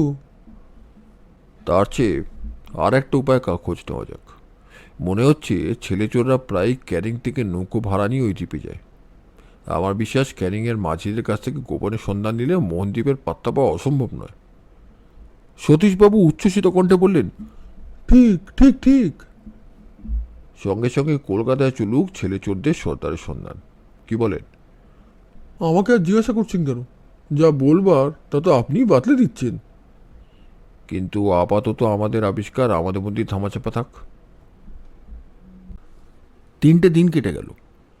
ছেলেচোরদের সম্বন্ধে আর নতুন কিছুই জানা গেল না। হেমন্তের সমস্ত মস্তিষ্ক জুড়ে বিরাজ করছে আমেরিকা ফেরত এক অদেখা অজানা শৌখিন ব্যক্তি এবং মোহন নামক কোনো অচেনা দ্বীপ। কিন্তু অনেক মাথা খাটিয়েও কোনো রকম সুরাহা হলো না। আমেরিকার ভদ্রলোক করতে লাগলেন পুরোদস্তুর অজ্ঞাতবাস, এবং মোহনদ্বীপ হয়ে রইল রূপকথারই মায়াদ্বীপের মতো মিথ্যে। এর মধ্যে মিস্টার গাঙ্গুলির আবির্ভাব হচ্ছে এ বেলা ও বেলা। দোটানায় পড়ে ভদ্রলোকের অবস্থা বড়ই কাহিল হয়ে উঠেছে। ওদিকে পুত্র শোকাতুর মহারাজা, আর এদিকে অচল অটল হেমন্ত। মহারাজা যতই ব্যস্ত হয়ে মিস্টার গাঙ্গুলিকে পাঠিয়ে দেন নতুন কোনো আশাপ্রদ তথ্য জানবার জন্যে, হেমন্ত শোনায় ততই নিরাশার কথা, কিংবা কখনো কখনো হয়ে যায় মনুমেন্টের মতো নিস্তব্ধ। বেশি পিড়াপিড়ি করলে শান্ত মুখে ফুটিয়ে তোলে দা ভিঞ্চির আঁকা মোনালিসার হাসি। কাল বৈকালে এসে মিস্টার গাঙ্গুলি একটি চমকপ্রদ সংবাদ দিয়ে গেছেন। দুর্জয়গড়ের মহারাজা বাহাদুর 25,000 টাকা পুরস্কার ঘোষণা করেছেন। যুবরাজের সন্ধান যে দিতে পারবে, ওই পুরস্কার হবে তারই প্রাপ্য। হেমন্ত বললে, মিস্টার গাঙ্গুলি, দুর্জয়গড়ের বার্ষিক আয় কত? 20 লক্ষ টাকা। মহারাজ তাহলে দুর্জয়গড়ের যুবরাজের মূল্য স্থির করেছেন 25,000 টাকা। 25,000 টাকা? এ কি বড় দুটিখানি কথা? গাঙ্গুলি বললেন, দুই চক্ষু ছাড়া বড়ার মতো বিস্ফারিত করে। দেখুন মিস্টার গাঙ্গুলি, পুরস্কারের ওই 25,000 টাকার উপরে আমার লোভ হচ্ছে না এ কথা বললে মিথ্যা বলা হবে। কিন্তু যে কেউ অর্থলোভে যুবরাজকে চুরি করে থাকে, তাহলে ওই 25,000 টাকাকে এসে তুচ্ছ মনে করবে বোধ হয়। আমি কিন্তু তা মনে করতে পারছি না মশাই। স্বাদ হচ্ছে আপনার মতো শখের ডিটেকটিভ সেজে আমিও যুবরাজের সন্ধানে কোমর বেঁধে লেগে যাই। আমার মতে 25,000 টাকা এই জীবনকে রঙিন করবার তোলার জন্য যথেষ্ট। মোটেই নয়, মোটেই নয়। যারা যুবরাজকে চুরি করেছে তারা যদি নিষ্ক্রিয় আদায় করতে চায় তাহলে চেয়ে বসবে হয়তো 5 লক্ষ টাকা। প্রায় কাঁদো কত গলায় বাঙ্গুলি মুঙ্গলে হ্যাঁ? 10-15 লাখ চাইলেও অবাক হব না। বাপরে! দুর্দান্ত বিস্ময়ের প্রচণ্ড ধাক্কায় গাঙ্গুলি চেয়ার থেকে প্রায় পড়ে যান আর কি। আমি হেসে ফেলে বললুম, ও কি মিস্টার গাঙ্গুলি, চোরেরা নিষ্ক্রিয় চাইলেও অতগুলো টাকা তো আপনার সিন্ধুক থেকে বেরোবে না। আপনি অমন কাতর হচ্ছেন কেন? আমি কাতর হচ্ছি মহারাজের মুখ মনে করে। কেন? যার 20 লাখ টাকা আয়। আরে মশাই, 1 কোটি টাকা আয় হলেও 25,000 টাকার পুরস্কার ঘোষণা করা আমাদের মহারাজার পক্ষে অশ্রুতপূর্ব উদারতা। ও, তিনি বুঝি একটু। একটু না মশাই, একটু নয়। ওর নাম কি, যত দূর হতে হয়। গেল বছরে মহারাজা তার মাতৃসাধ্য ছেড়েছিলেন 3,000 টাকায়। বুঝেছেন মশাই? মাত্র 3,000 টাকা। বাপ মায়ের কাজে বাঙালি গৃহস্থরাও যা অনায়াসে ব্যয় করে থাকে। আমি বিপুল বিষয় বললুম, কি বলছেন? এত বড় ডাক সাইটে মহারাজা? ওই মশাই, ওই নামের ডাকে গগন ফাটে, কিন্তু মোল্লার দূর মসজিদ পর্যন্ত। হেমন্ত বললে, কিন্তু শুনেছি মহারাজা বাহাদুর প্রায় ফি বছরই ইউরোপ আমেরিকায় বেড়াতে যান। তার জন্য তো কম টাকা শ্রাদ্ধ হয় না। হ্যাঁ, আমাদের মহারাজার এই একটিমাত্র শখ আছে, আর তা হচ্ছে দেশ বেড়ানো। কিন্তু কীরকম হাত টেনে কত কম টাকায় তিনি যে ওই শখ মেটান, শুনলে আপনারা বিশ্বাস করবেন না। আরে দাদা, ছো বিলাতি মূল্যকে গিয়ে তিনি প্রবাদ বিখ্যাত মার্ভেলিয়াস ইস্টার্ন কিংয়ের নামে রীতিমতো কলঙ্ক লেপন করে আসেন। তাই নাকি? এমন ব্যাপার? তবে আর বলছি কি, যুবরাজের জন্য কেউ যদি 5 লাখ টাকা নিশ্চয় চায়, তাহলে ব্লাড প্রেশার বেড়ে আমাদের মহারাজার দাঁত কপাটি লেগে মূর্ছিত হয়ে পড়বেন। আর 10 লাখ টাকা চাইলে তিনি হয়তো বলে বসবেন যুবরাজকে আর ফিরিয়ে আনবার দরকার নেই। সুতরাং দুর্জয় করা যুবরাজের জন্য তিনি যে 25,000 টাকা পুরস্কার ঘোষণা করেছেন, এটা তো রূপকথা মতো অসম্ভব কথা। তাহলে বলতে হবে যুবরাজের জন্য মহারাজের বিশেষ প্রাণের টান নেই। টান আছে মশাই, টান আছে। পুত্রের শোকে তিনি পাগলের মতো হয়ে গেছেন। তবে ছেলের শোকে বড় জোর তিনি পাগল হতে পারেন, কিন্তু টাকার শোকে তার মৃত্যু হওয়া অসম্ভব নয়। আপনারা নিয়মিত মাইনে টাইনে পান তো? তা পাই না বললে পাপ হবে। মহারাজ যাকে যা দেব বলেন ঠিক নিয়ম মতোই দেন। কিন্তু অত বড় করদ মহারাজের প্রাইভেট সেক্রেটারি আমি। মাইনে কত পাই জানেন? মাসে 150 টাকা। তারপর খানিকক্ষণ আমরা কেউ কোনো কথা বললাম না। গাঙ্গুলি বললেন, আজ আবার এক ফ্যাসাতে পড়েছি মশাই। রবীনবাবু হয়তো আমার একটু উপকার করতে পারবেন। আমি বললুম, আদেশ করুন। আদেশ নয়, অনুরোধ। মহারাজা বাংলা কাগজগুলোয় ওই 25,000 টাকা পুরস্কারের জন্য একটা বিজ্ঞাপন দিতে চান। সেটা লিখবার ভার পড়েছে আমার উপরে। রবীনবাবু তো মস্ত লেখক, কিন্তু অল্প কথায় কীভাবে লিখলে বিজ্ঞাপনটা বড় না হয়, অর্থাৎ খরচ হয় কম, সেটা উনি নিশ্চয়ই বলে দিতে পারবেন। আমি মশাই মাতৃভাষা একেবারে বিজ্ঞত দিগ্গজ, কলম ধরেছি কি গলদঘর্ম হয়ে উঠেছি। আমি হেসে বললুম, বেশ তো, আমি বলে যাই, আপনি লিখে যান। আমি মুখে মুখে বিজ্ঞাপন রচনা করতে লাগলুম। গাঙ্গুলি সেটা লিখে নিয়ে বললে, তারপরেও আরেক বিপদ আছে। মহারাজার হুকুম হয়েছে বাংলাদেশের সমস্ত প্রধান প্রধান দৈনিক আর সাপ্তাহিকে এই বিজ্ঞাপনটি প্রকাশ করতে হবে। কিন্তু কাগজওয়ালারা হচ্ছে অন্য জগতের বাসিন্দা। সব কাগজের নাম দাম আমি জানি না তো। আমি বললুম, তা শহরের প্রধান প্রধান দৈনিক আর সাপ্তাহিকের সংখ্যা 15-20খানার কম নয়। তাদের নামধামও আমি জানি। গাঙ্গুলি সবাই বলে উঠলেন, এই রে, তবেই সেরেছে। কি ব্যাপার, ভয় পেলেন কেন? ভয় পাবো না বলেন কি? দুজয়গড় তো বাংলাদেশ নয়, যেখানে বাঙালি কর্মচারী বলতে সদেমন নীলমন্ত্রী একমাত্র আমি। 15-20খানা বিজ্ঞাপন আমাকে যদি নিজের হাতে কপি করতে হয়। হেমন্ত হেসে বললে, নির্ভয় হন মিস্টার গাঙ্গুলি, বিজ্ঞাপনটা এখানেই রেখে যান। কপি করবার লোক আমার আছে। এক গাল হেসে মিস্টার গাঙ্গুলি বললেন, বাঁচলুম। আপনার মঙ্গল হোক। এই টেবিলের ওপরে রইল কাগজখানা। বইকালের কপিগুলো আর কাগজের নাম ঠিকানা নেবার জন্য আমি লোক পাঠিয়ে দেবো। তাহলে আসি এখন, নমস্কার। গাঙ্গুলি দরজা পর্যন্ত গিয়ে আবার দাঁড়িয়ে পড়ে বললেন, কিন্তু দেখবেন মশাই, আমার মুখে মহারাজার যে চরিত্র বিশ্লেষণ শুনলেন, সেটা যেন... আমি হেসে উঠে বললুম, ভয় নেই, সে কথা আমরা মহারাজকে বলে দেবো না। গাঙ্গুলি প্রস্থান করলেন। হেমন্ত বিজ্ঞাপনটা তুলে নিয়ে পড়তে লাগলো। মিনিট দুয়েক পরে তারিফ করে বললে, চমৎকার চমৎকার। আমি একটু গর্বিত স্বরে বললুম, কি হে, আমার বিজ্ঞাপনের ভাষাটা তাহলে তোমার ভালো লেগেছে? আমার আত্মপ্রাসাদের ওপরে ঠান্ডা জল নিক্ষেপ করে হেমন্ত প্রবলভাবে মাথা নেড়ে বললে, মোটেই না, মোটেই না। তবে তুমি চমৎকার বললে যে? আমি মিস্টার গাঙ্গুলির হাতের লেখা দেখে মুগ্ধ হয়েছি। চমৎকার চমৎকার। রাগে আমার গা যেন জ্বলতে লাগলো। হেমন্তের সঙ্গে আজ আমিও মহারাজা বাহাদুরের ওখানে গিয়েছিলাম। যুবরাজের জন্য মহারাজা এমন অস্থির হয়ে উঠেছেন যে হেমন্তকে বাধ্য হয়ে তার কাছে যেতে হলো। মহারাজা প্রথমেই জানতে চাইলেন তদন্ত কতদূর অগ্রসর হয়েছে। হেমন্ত গুপ্ত কথা কিছুতেই ভাঙলে না, কেবল বললে সে প্রাণপণ চেষ্টা করছে এবং তার চেষ্টা হয়তো ব্যর্থ হবে না। এরকম উড়ো কথায় মহারাজা খুশি হলেন না। রাগ করে বাঙালি পুলিশ ও গোয়েন্দাদের উপরে কতগুলো মানহানিকর বিশেষণ প্রয়োগ করলেন। পুত্র বিচ্ছেদে ব্যাকুল মহারাজার এই বিরক্তি হেমন্ত নিজের গায়ে মাখলে না। হাসি মুখেই বিদায় নিয়ে চলে এলো। হেমন্তের বাড়িতে এসে দেখি তার বৈঠকখানার ভেতরে সতীশবাবু ঠিক পিঞ্জরাবদ্ধ সিংহের মতোই এপাশ থেকে ওপাশ পর্যন্ত ছোটাছুটি করছেন। হেমন্তকে দেখেই বলে উঠলেন, বেশ মশাই, বেশ।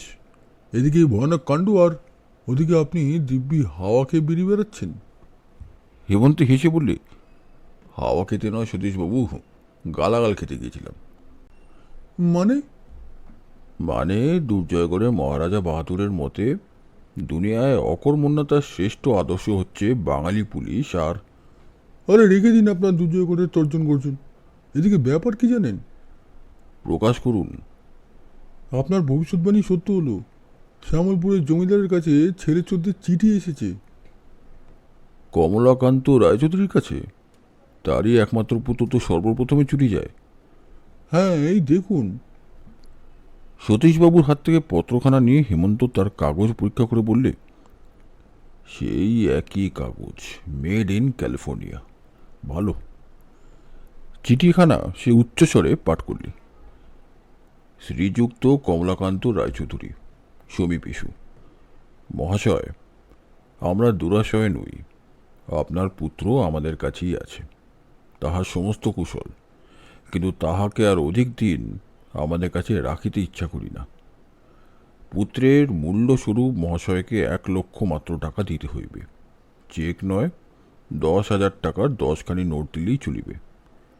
আগামী 15 তারিখে রাত্রি 10টার সময় টালিগঞ্জের রেলওয়ে ব্রিজের ওপরে আমাদের লোক আপনার টাকার জন্য অপেক্ষা করিবে। মনে রাখিবেন, আপনি যদি পুলিশে খবর দেন এবং আমাদের লোক ধরা পড়ে কিংবা কেহ তার পশ্চাৎ অনুসরণ করে, তাহা হইলে আপনার পুত্রকে হত্যা করিতে আমরা একটুও ইতস্তত করিব না। যদি যথাসময়ে টাকা পাই, তবে তাহার পর 7-8 দিনের মধ্যেই আপনার পুত্রকে আমরা বাড়িতে পৌঁছায় দিয়ে আসিব। এইটুকু বিশ্বাস আমাদের করিতেই হইবে। আগামী 15 তারিখে টাকা না পাইলে বুঝিব মহাশয়ের পুত্রকে ফিরাইয়া লইবার ইচ্ছা নাই। তাহার পর আপনার পুত্রের ভালো মন্দের দায়ী আমরা হইব না। ইতি। হেমন্ত বললে, চিঠির তলায় নাম নেই। এ শ্রেণীর ভদ্রলোকেরা বিনয়ের অবতার, নিজেদের নাম জাহির করবার জন্য মোটেই লালায়িত নয়। সতীশবাবু বললেন, এখন উপায় কি বলুন দেখি? পরেই তো আসছে কাল। কমলাকান্তবাবুর টাকা দেওয়ার শক্তি আছে? আছে, টাকা তিনি দিতেও চান, কিন্তু সেই সঙ্গে তিনি চান ছেলে চোদ্দের ধরতেও। সেটা কি করে সম্ভব হয়? চিঠিখানা পড়লেন তো? চোরদের দুধ ধরা পড়লে বা কেউ তার পিছু নিলে কমলাকান্তবাবুর ছেলে বাঁচবে না। কিন্তু কমলাকান্তবাবুর ছেলেকেও বাঁচাতে অপরাধীটাও তো ধরতে চান। এ কিন্তু অসম্ভব বলে মনে হচ্ছে, কারণ এটাও তিনি বলেছেন যে ছেলে যতদিন চোরেদের হস্তগত থাকবে ততদিন আমরা কিছুই করতে পারবো না। তাহলে তাদের দুধকে ছেড়ে দিতে হয়। হ্যাঁ, তারপর যেদিন তারা ছেলে ফিরিয়ে দিতে আসবে সেদিনের জন্য অপেক্ষা করতে হয়। না সতীশবাবু, সেটা আরও অনিশ্চিত। অপরাধীরা বড় চালাক। তারা কবে কখন কী উপায়ে ছেলে ফিরিয়ে দেবে সেসব কিছুই জানায়নি। হয়তো তারা বকশিস নিয়ে পথের কোনো লোককে ডেকে কমলাকান্তবাবুর ঠিকানা তার ছেলেকে পৌঁছে দেওয়ার ব্যবস্থা করবে। তাকে গ্রেপ্তার করেও আমাদের কোনো লাভ হবে না। যদি আমাদের কিছু করতেই হয় তবে কাল, অর্থাৎ 15 তারিখেই করতে হবে। তাহলে অপরাধীদের দুধ ধরা পড়বে, কমলাকান্তবাবুর £1,00,000 বাঁচবে, কিন্তু তার ছেলেকে রক্ষা করবে কে? মাথা খাটালে পৃথিবীর যে কোনো বিপদ থেকে উদ্ধার লাভের উপায় আবিষ্কার করা যায়। একটু সবুর করুন সতীশবাবু, আগে চা আসুক, প্রাণ মন স্নিগ্ধ হোক, তারপর চায়ের পেয়ালায় তুমুল তরঙ্গ তুলতে কতক্ষণ? ওরে মধু, চা। যথাসময়ে চা এলো। একটা পেয়ালা তুলে নিয়ে এক ঢোক পান করে হেমন্ত বললে, আহ বাথরুম। সকালবেলায় দুচয় করে চা পান করে দেহের অবস্থা কি কাহিলি হয়ে পড়েছিল। সতীশবাবু বললেন, সে কি মশাই, রাজবাড়ির চায়ের নিন্দে? মশাই কি সন্দেহ করেন যে পৃথিবীতে সর্বশ্রেষ্ঠ চা তৈরি হয় কেবল রাজা রাজার বাড়িতে? মোটেই নয়। দামি আর খাঁটি চায়নার টিপটে ঐশ্বর্যের সদর্প বিজ্ঞাপন থাকতে পারে, কিন্তু সুস্বাদু চা যে থাকবে এমন কোনো বাধা আইন নেই। চা যে সে হাতে তৈরি ভালো হয় না। ভালো চা তৈরি করার জন্য হারমোনিয়াম বাজানোর তুলনা চলে। ও দুটোই যেমন সহজ তেমনই কঠিন। এই দুটি ক্ষেত্রেই গুণী মেলে 100 জনে একজন। আমার মধু চাকর হচ্ছে 1 নম্বরের চা কর। সতীশবাবু বললেন, আপাতত আপনার চায়ের উপরে এই বক্তৃতাটা বন্ধ করলে ভালো হয় না? চায়ের শেষ চুমুক মেরে ইজি চেয়ারে হেলে পড়ে হেমন্ত অর্ধমূর্তিত নেত্রে বললে, ব্যস্ত হবেন না সতীশবাবু। আমার মুখে বাক্যধারা ছড়ছে বটে, কিন্তু আমার মস্তিষ্কের উপরে উতলে উঠেছে চিন্তার তরঙ্গমালা। আমরা পুলিশ, প্রমাণ চাই। প্রমাণ? বেশ দিচ্ছি। আসছে কাল রাত 10টার সময় টালিগঞ্জে রেলওয়ে ব্রিজের উপরে ছেলে চোরদের দূত আসবে। আগে হ্যাঁ। কমলাকান্তবাবুর লোক তার হাতে £1,00,000 নোট সমর্পণ করবে। তারপর? আমাদের, অর্থাৎ পুলিশের চর যাবে তার পেছনে পেছনে। দেখ, পর্বতের মুশিক প্রসব, চোরদের চিঠিতে কি লেখা আছে আমি তা ভুলিনি মশাই, ভুলিনি। পুলিশের চর এমনভাবে দূতের পেছনে যাবে সে একটু সন্দেহ করতে পারবে না। দুধ যদি অন্ধ আর নির্বোধ না হয়, তাহলে সে ঠিক ধরতে পারবে কে তার পিছু নিয়েছে। না, ধরতে পারবে না। এখানে আপনারা বিলাতি পুলিশের পদ্ধতি অবলম্বন করুন।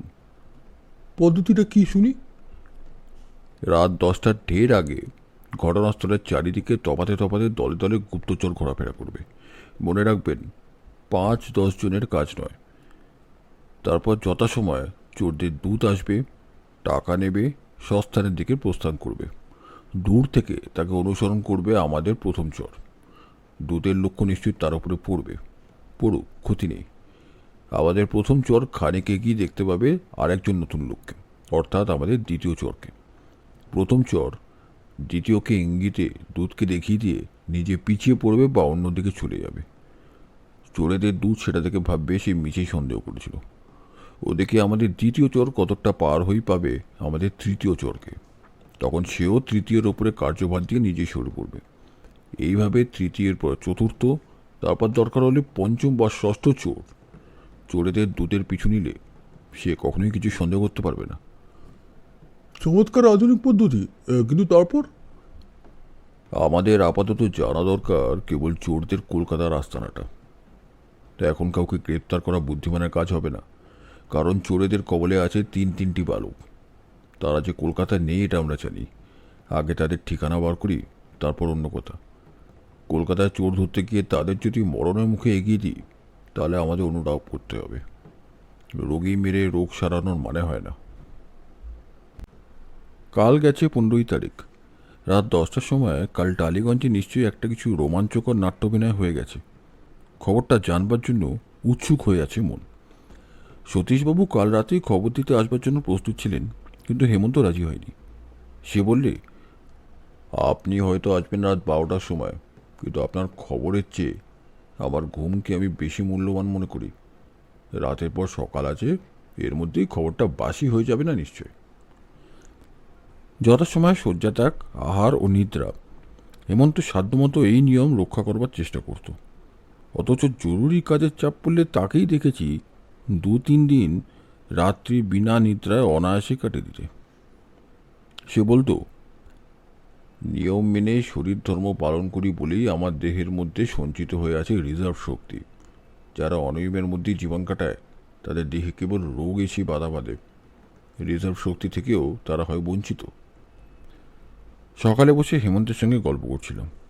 হেমন্ত বলছিল, মানুষের জীবনে দৈবের প্রভাব যে কতখানি আমরা কেউই সেটা ভেবে দেখবার চেষ্টা করি না। গোটা কয়েক দৃষ্টান্ত দিয়ে দেখো। প্রথমে ধরো আলেকজান্ডার দি গ্রেটের কথা। তিনি মারা গিয়েছিলেন যৌবনে। অল্প বয়সে সিংহাসন পেয়েছিলেন বলে হাতে পেলেন তিনি অসীম ক্ষমতা আর তার পিতার হাতে তৈরি সুশিক্ষিত সৈন্যদল। তার পিতা রাজা ফিলিপ অসময়ে দৈবগতিকে গুপ্ত ঘাতকের হাতে প্রাণ দেন। সেই সময় তিনি যদি হঠাৎ মারা না যেতেন, যদি বৃদ্ধ বয়স পর্যন্ত রাজ্যচালনা করতেন, তাহলে আলেকজান্ডার কখনো দিগ্বিজয় নাম কিনবার অবসর পেতেন কিনা সন্দেহ। ভেবে দেখো, বিলাতের বালক কবি চাটারটনের কথা। সবাই বলে দরিদ্রের ঘরে না জন্মালে তিনি তখনকার ইংল্যান্ডের সর্বশ্রেষ্ঠ কবি হতে পারতেন। পৃথিবীর অনেক কবি ধনী বা রাজার কৃপাদৃষ্টি লাভ করে লক্ষ্মীকে প্রসন্ন করে সরস্বতীর সেবা করে গেছেন সোরাপোচরে, কিন্তু সেক্ষেত্রেও চাটারটন দৈবের সাহায্য লাভ করেননি। ফলে অনাহারের জ্বালা সইতে না পেরে বালক বয়সে তিনি করলেন আত্মহত্যা। অত বড় প্রতিভার ফুল শুকিয়ে গেল ফুটবার আগে। রোম সাম্রাজ্যের সম্রাজ্ঞী থিয়েটারের কথা মনে করো। তিনি ছিলেন অজানা অনামা বংশের মেয়ে। পথের ধুলায় পড়ে কাটত তার দিন। দৈবের মহিমায় হঠাৎ একদিন সম্রাটের সুনজরে পড়ে থিয়েটারা হলেন সম্রাজ্ঞী। এমনই কত আর নাম করব। রবিন, আজ যাদের তুমি নিম্ন শ্রেণীর অপরাধী বলে জানো, খোঁজ নিলে দেখবে তাদের অনেকেই হয়তো দৈবের হাতের খেলনা হয়ে এমন ঘৃণ্য নাম কিনেছে। দৈব গতিকে তাদের অজ্ঞাতসারেই তারা যদি একটা বিশেষ ঘটনার আবর্তের মধ্যে গিয়ে না পড়ত, তাহলে আজ তারা বাস করতে পারত সমাজের উচ্চস্তরে। আবার দেখো, আমাদের দলের অনেকেই বিখ্যাত ডিটেকটিভ হয়ে ওঠে, খুব রহস্যময় মামলারও কিনারা করে ফেলে, কিন্তু তারও মলে থাকে দৈবের খেলায়। আপাতত যে মামলাটা আমরা হাতে নিয়েছি এখনও সেটার কোনো কিনারা হয়নি বটে, কিন্তু এখনই দৈব আমাদের সহায় হয়েছে। তুমি সাংকেতিক শব্দে লেখা সেই বিজ্ঞাপনটার কথা বলছো বোধহয়? হ্যাঁ, এই মামলায় সেটাই হচ্ছে স্টার্টিং পয়েন্ট। দৈব যদি আমার সহায় না ওই সূত্রটাকে এগিয়ে দিত, তাহলে আমি এই মামলার কিনারা করবার কোনো আশাই করতে পারতাম না। খালি বুদ্ধি আর তীক্ষ্ণ দৃষ্টি থাকলেই হয় না রবিন, সে সঙ্গে চাই দৈবের দয়া। তুমি দেখে নিও, এই মামলার অপরাধীর বিরুদ্ধে প্রমাণ হবে সেই সাংকেতিক বিজ্ঞাপনটাই। অপরাধী যে ধরা পড়বে এ বিষয়ে তোমার কোনো সন্দেহ নেই? এক তিলও না। যে কোনো দেশের পুলিশের দপ্তর দেখলে তুমি আর একটা সত্য কথা জানতে পারবে। কি? অতিরিক্ত চালাকি দেখাতে গিয়ে আজ পর্যন্ত কত বড় বড় অপরাধী পুলিশের হাতে আত্মসমর্পণ করতে বাধ্য হয়েছে। ধরো এই ছেলেচোরের কথা। ডাকঘরের সাহায্য নিলে আমাদের পক্ষে আজ একে আবিষ্কার করা অসম্ভব হতো। ডাকের চিঠিতেও সে সাংঘাতিক শব্দ ব্যবহার করতে পারত। সে চিঠি ভুল ঠিকানায় গেলে বা পুলিশের হাতে পড়লেও খুব সম্ভব কেউ তার পাঠোদ্ধার করবার চেষ্টা করতো না। ঠিক সেই সময় রাস্তায় মোটর দাঁড়ানোর শব্দ হলো। অনতিবিলম্বে ঘরের ভেতরে এসে দাঁড়ালেন সতীশবাবু। চোখে মুখে তার হাসির উচ্ছ্বাস। কি মশাই, খবর কি? কেল্লা ফতে। হেমন্ত বললে, কেল্লা পথে কীরকম? আপনি কি আসল আসামিকেও ধরে ফেলেছেন? সতীশবাবু বললেন, পাগল, নিজের দিক না সামলে ভীমরুলের চাকে হাত দিই কখনো? তবে তাদের আড্ডা আবিষ্কার করেছি। কি করে? আপনার ফন্দিটা কাজে লাগিয়ে। হেমন্তবাবু, এমনই নব নব বুদ্ধি দেখিয়ে তো আপনি আমাকে মুগ্ধ করে রেখেছেন। আপনার ফন্দিটা কাজ করেছে ঘড়ির কাঁটার মতো। চোরেদের দুধ কোনো সন্দেহ করতে পারেনি। ফন্দিটা আমার নয় সতীশবাবু, ওটা আমি শিখেছি বিলাত থেকে। যাক সে কথা, এখন আপনার কথা বলুন। সতীশবাবু টুপি খুলে বসে পড়ে বললেন, ওদের দুধ যথাস্থানে এসেছিল। তারপর সে টাকা নিয়েছে? হ্যাঁ, তারপর আমাদের চর, না চর বলে ঠিক হবে না, চরেরা তার পিছু নেয়। সে কোন দিকে যায়? রসা রোড ধরে আসে উত্তর দিকে, তারপর প্রায় রাসবেরি এভিনিউর মোড়ের কাছে এসে একখানা মস্ত বাড়ির ভেতরে ঢুকে অদৃশ্য হয়। বাড়িখানার ওপরে পাহারা বসিয়েছেন তো? নিশ্চয়ই, বাড়িখানার নাম হচ্ছে মনসা ম্যানশন। অন্ধকার, বাইরে থেকে মনে হয় না ভেতরে মানুষ আছে। যে লোকটা এসেছিল তাকে দেখতে কেমন? রাতে ভালো করে তার চেহারা দেখা যায়নি, তবে সে খুব লম্বা চড়া আর তার পোশাক হিন্দুস্তানি মতো। এইবারে গোপনে সন্ধান নিতে হবে যে ও বাড়িতে কে থাকে। তারপর টেলিফোনের ঘন্টা বেজে উঠল। নিজের কথা অসমাপ্ত রেখেই হেমন্ত উঠে গিয়ে রিসিভার নিয়ে মুহূর্ত পরে মুখ ফিরিয়ে বললে, সতীশবাবু থানা থেকে আপনাকে ডাকছে। সতীশবাবু রিসিভার নিয়ে বললেন, হ্যালো, হ্যাঁ আমি। কি বললে? হ্যাঁ, বলো কি, বলো কি? তিনি অভিভূতর মতন আরও খানিকক্ষণ সারার কথা শুনলেন, তারপর বদ্ধস্বরে আচ্ছা।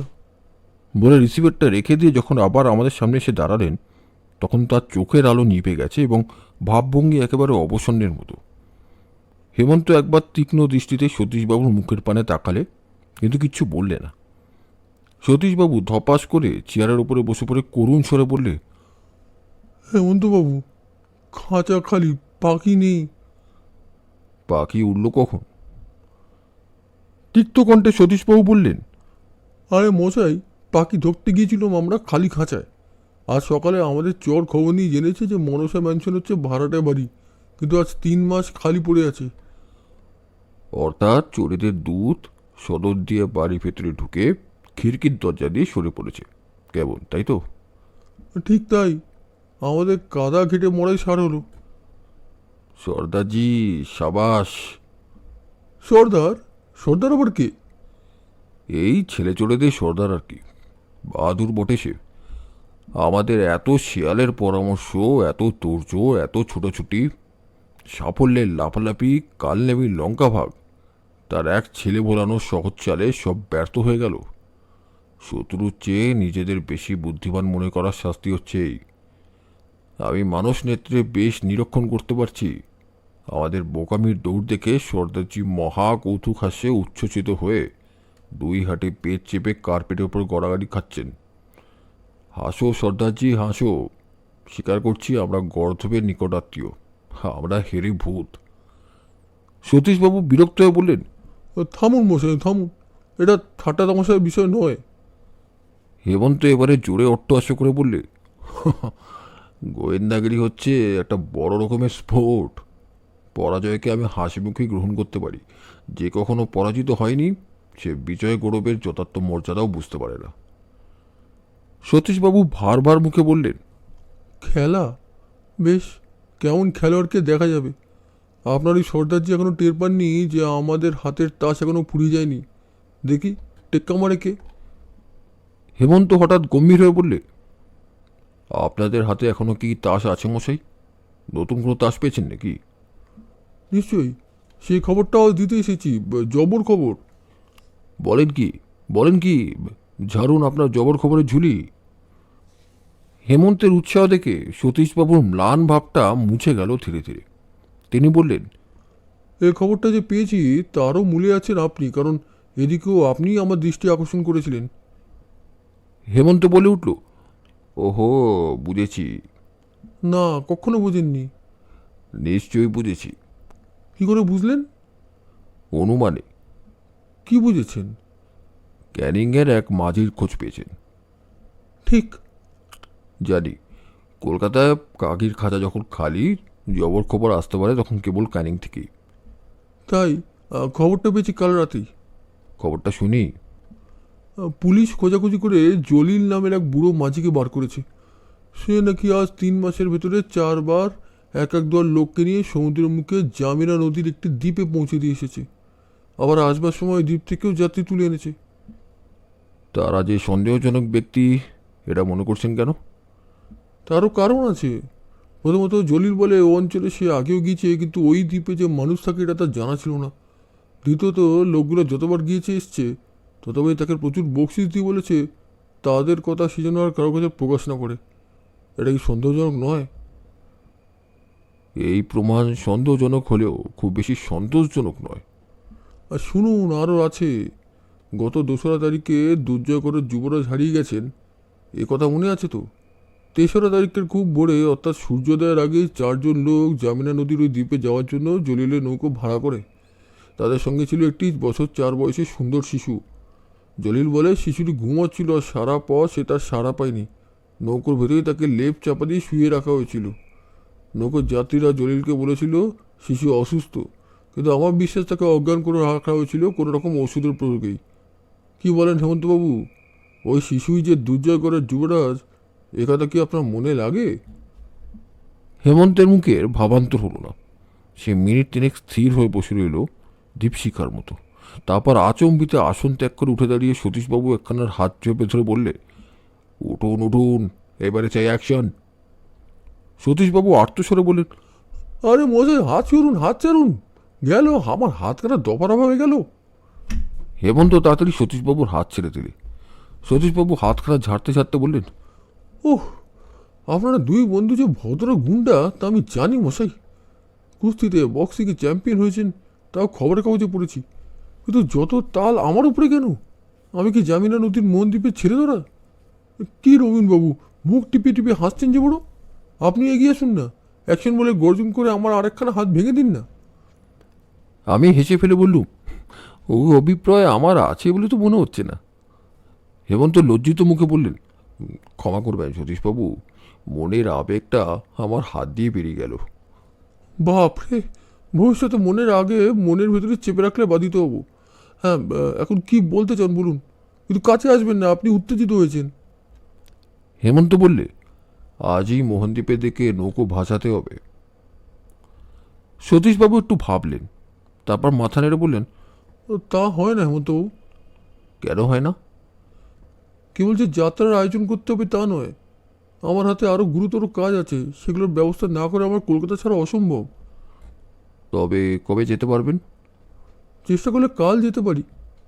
বেশ তাই, তো সঙ্গে বেশি লোকজন নেবেন না। যাচ্ছি বাঘের বাসায়, বেশি লোকজন নেব না মানে?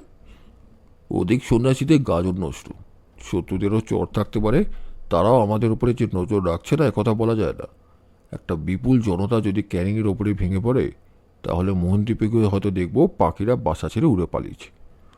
হ্যাঁ, সে কথা সত্যি, কিন্তু দলে হালকা হয়েও তো সেখানে যাওয়া নিরাপদ নয়। কে জানে তারা কতজন লোক সেখানে আছে। ভারে কাটার চেয়ে ধারে কাটা ভালো। আমরা কাল রাতের অন্ধকারে গা ঢেকে 12 লোক মিলে 2খানা নৌকো চেপে যাত্রা করব। আপনি সেই ব্যবস্থাই করুন। সঙ্গে যাদের নেবেন তারা যেন বাছা বাছা হয়। অবশ্য সকলকেই সশস্ত্র হয়ে যেতে হবে। কিন্তু চাকরবাবুরও তো নিয়ে যাওয়া দরকার, আমাদের কাজ করবে কে? চাকর বামু খেপেছেন নাকি? আমরা নিজেরাই হব নিজেদের চাকর, আর রান্নার ভার নেবে রবিন। রবীনবাবু, ওই তো কবি, খালি কলম নাড়েন, হাতা খুন্তি নাড়বার শক্তি ওর আছে নাকি? ভয় নেই সতীশবাবু, হাতা খুন্তি নেড়ে নবীন যে হাড়ি করার ভেতরেই বস্তুহীন কবিতা রচনার চেষ্টা করবে না, সে কথা আমি জোর গলায় বলতে পারি। রবীনকে চেনেন না বলেই আপনি এত ভাবছেন, কিন্তু ও খালি গোলাপ ফুল দেখে গোলাপি ছড়া বাঁধে না, কুমড়ো ফুল চয়ন করে বেসন সহযোগে ফুলুরি বানাতে ও কম ওস্তাদ নয়। ও বোধহয় সাবভ্রষ্ট দ্রৌপদী পুরুষ দেহ নিয়ে অবতীর্ণ হয়েছে মর্তধামে। হ্যাঁ রবীনবাবু, এসব কি সত্যি? হরি আর হরের মতন আপনিও কি একসঙ্গে কবি আর কুক? আমি বললুম, হেমন্তের অতুক্তির কথা ছেড়ে দিন। ওর জীবনের সেরা আনন্দ হচ্ছে আমাকে নিয়ে রঙ্গব্যঙ্গ করা। কিন্তু কবি আর লেখকরা যে রাখতে জানেন না, আপনার এমন বিশ্বাস কেন হলো? ফ্রান্সের বিখ্যাত লেখক আলেকজান্ডার ডুমার নাম শুনেছেন? ওই যিনি মন্টে ক্রিস্টো আর 3 মাস্কেটিয়ার্স লিখেছেন? হ্যাঁ, তার এক হাতে থাকতো কলম আর এক হাতে হাতা। একসঙ্গে তিনি মনের আর দেহের প্রথম শ্রেণীর খোরাক জোগাতে পারতেন। ঠিক এই সময় আবার একখানা মোটর আমাদের বাড়ির দরজায় এসে থামল সশব্দে। তারপরেই দ্রুত পদে ঘরের ভেতরে প্রবেশ করলেন মিস্টার গাঙ্গুলি। তার দৃষ্টি উদ্ভ্রান্ত। সতীশবাবু বললেন, মিস্টার গাঙ্গুলি, আপনার মুখ চোখ অমন ধরা কেন? গাঙ্গুলি বললেন, আপনাকে আমি চারিদিকে খুঁজে খুঁজে বেড়াচ্ছি, আর আপনি কি না এখানে বসে ষড়যন্ত্র করছেন? সতীশবাবু বললেন, ভুল হলো মিস্টার গাঙ্গুলি। পুলিশ ষড়যন্ত্র করে না, ষড়যন্ত্র ধরে। কিন্তু আপনাকে দেখে যে বিপদগ্রস্ত বলে মনে হচ্ছে। গাঙ্গুলি একখানা চেয়ারের ওপরে বসে পড়ে বললেন, বিপদ বলে বিপদ? মহারাজা বাহাদুর একেবারে মাথায় হাত দিয়ে বসে পড়েছেন। কেন কেন? হেমন্তবাবু, শেষটা আপনার কথাই সত্যি হলো। হেমন্ত বিস্মিত কণ্ঠে বললে, আমার কথা সত্যি হলো? সে আবার কি? চোর বেটারা 15 লক্ষ টাকার দাবি করে মহারাজা বাহাদুরকে বিষম এক পত্রাঘাত করেছে। বেটারা খালি চোর নয়, গুন্ডা, খুনের ডাকু। সতীশবাবু লাফিয়ে দাঁড়িয়ে উঠে বললেন, কি সর্বনাশ, কি সর্বনাশ! হেমন্ত কোনো রকম বিস্ময় প্রকাশ করলে না, খালি বললে, চিঠিখানা কোথায়? এই যে আমার কাছে। পকেট থেকে পত্র বার করে তিনি হেমন্তের হাতে দিলেন। হেমন্ত চেঁচিয়ে ইংরেজিতে টাইপ করা যে চিঠিখানা পড়লে তার বাংলা মানে দাঁড়ায় হচ্ছে এই, মহারাজা বাহাদুর, যুবরাজকে যদি ফেরত চান তাহলে আগামী 24 তারিখে আমাদের দূতের হাতে 15 লক্ষ টাকা অর্পণ করবেন। 24 তারিখে রাত্রি ঠিক 12টার সময় গড়িয়াহাটা লেকের লেক ক্লাবের পেছনকার রাস্তায় আমাদের দূত অপেক্ষা করবে। কিন্তু সাবধান, যদি পুলিশে খবর দেন কিংবা আমাদের দূতকে ধরবার বা তার পেছনে আসবার চেষ্টা করেন তাহলে আমরা যুবরাজকে হত্যা করতে বাধ্য হব। 15 লক্ষ টাকা আমাদের হস্তগত হওয়ার পর 1 সপ্তাহের মধ্যে যুবরাজকে অক্ষত অবস্থায় ফিরিয়ে পাবেন। আমরা টাকা না পেলে যুবরাজের জীবনাশঙ্কা আছে। ইতি। সতীশবাবু বললেন, প্রায় একই রকম চিঠি, কেবল এখানে ইংরেজিতে লেখা আর টাইপ করা। বিষম চমকে উঠে গাঙ্গুলি বললেন, ও বাবা, এরকম আরও চিঠি আপনারা পেয়েছেন নাকি? হেমন্ত বললে, হ্যাঁ, এমনই এক চিঠি লিখে ভয় দেখিয়ে ছেলেতরারা শ্যামলপুরের জমিদারের কাছ থেকেও 1 লাখ টাকা নিয়ে গেছে। আর আপনারা হাত গুটিয়ে সঙ্গের মতন দাঁড়িয়ে রইলেন? সতীশবাবু বললেন, চোরের শত্রুগুলো ভুলে যাচ্ছেন কেন? আমাদের কি হাত বার করবার উপায় আছে? তাও বটে, তাও বটে। একটু গোলমাল করলেই ছুচুরা আবার ছেলে খুন করবো বলে ভয় দেখায়। তা পারে, ব্যাটারা সব পারে, গুন্ডা, খুনে, ডাকু। এই এক চিঠি আমাদের অত বড় মহারাজা বাহাদুরকে একদম কাত করে দিয়েছে, যাকে বলে প্রপাত ধরণী তোলা আর কি। সতীশবাবু বললেন, আজ 16ই, আর 7 দিন পরেই 24। হেমন্ত বললে, মহারাজা কি করবেন ঠিক করেছেন? পুলিশে যখন খবর দিয়েছেন তার কি টাকা দেওয়ার ইচ্ছে নেই? গাঙ্গুলি 2 চোখ বড় করে বললেন, ইচ্ছে? এক কথায় 15 লক্ষ টাকা জলের দেওয়ার ইচ্ছে হবে আমাদের মহারাজার? বলেন কি মশাই?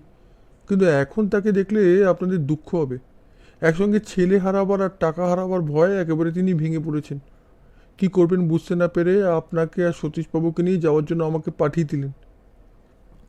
সতীশবাবু বললেন, আমরা যাচ্ছি বটে, কিন্তু দিতে পারি খালি এক পরামর্শ। যুবরাজকে বাঁচাতে হলে টাকা দেওয়া ছাড়া উপায় আর নেই।